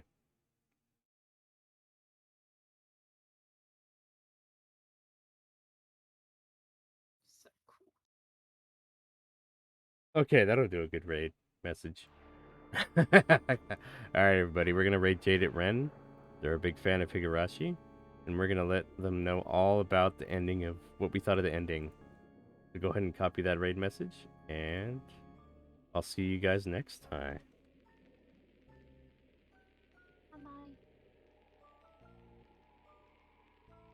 Alright, everybody. Have a good night. See ya. Nighty night. Bye.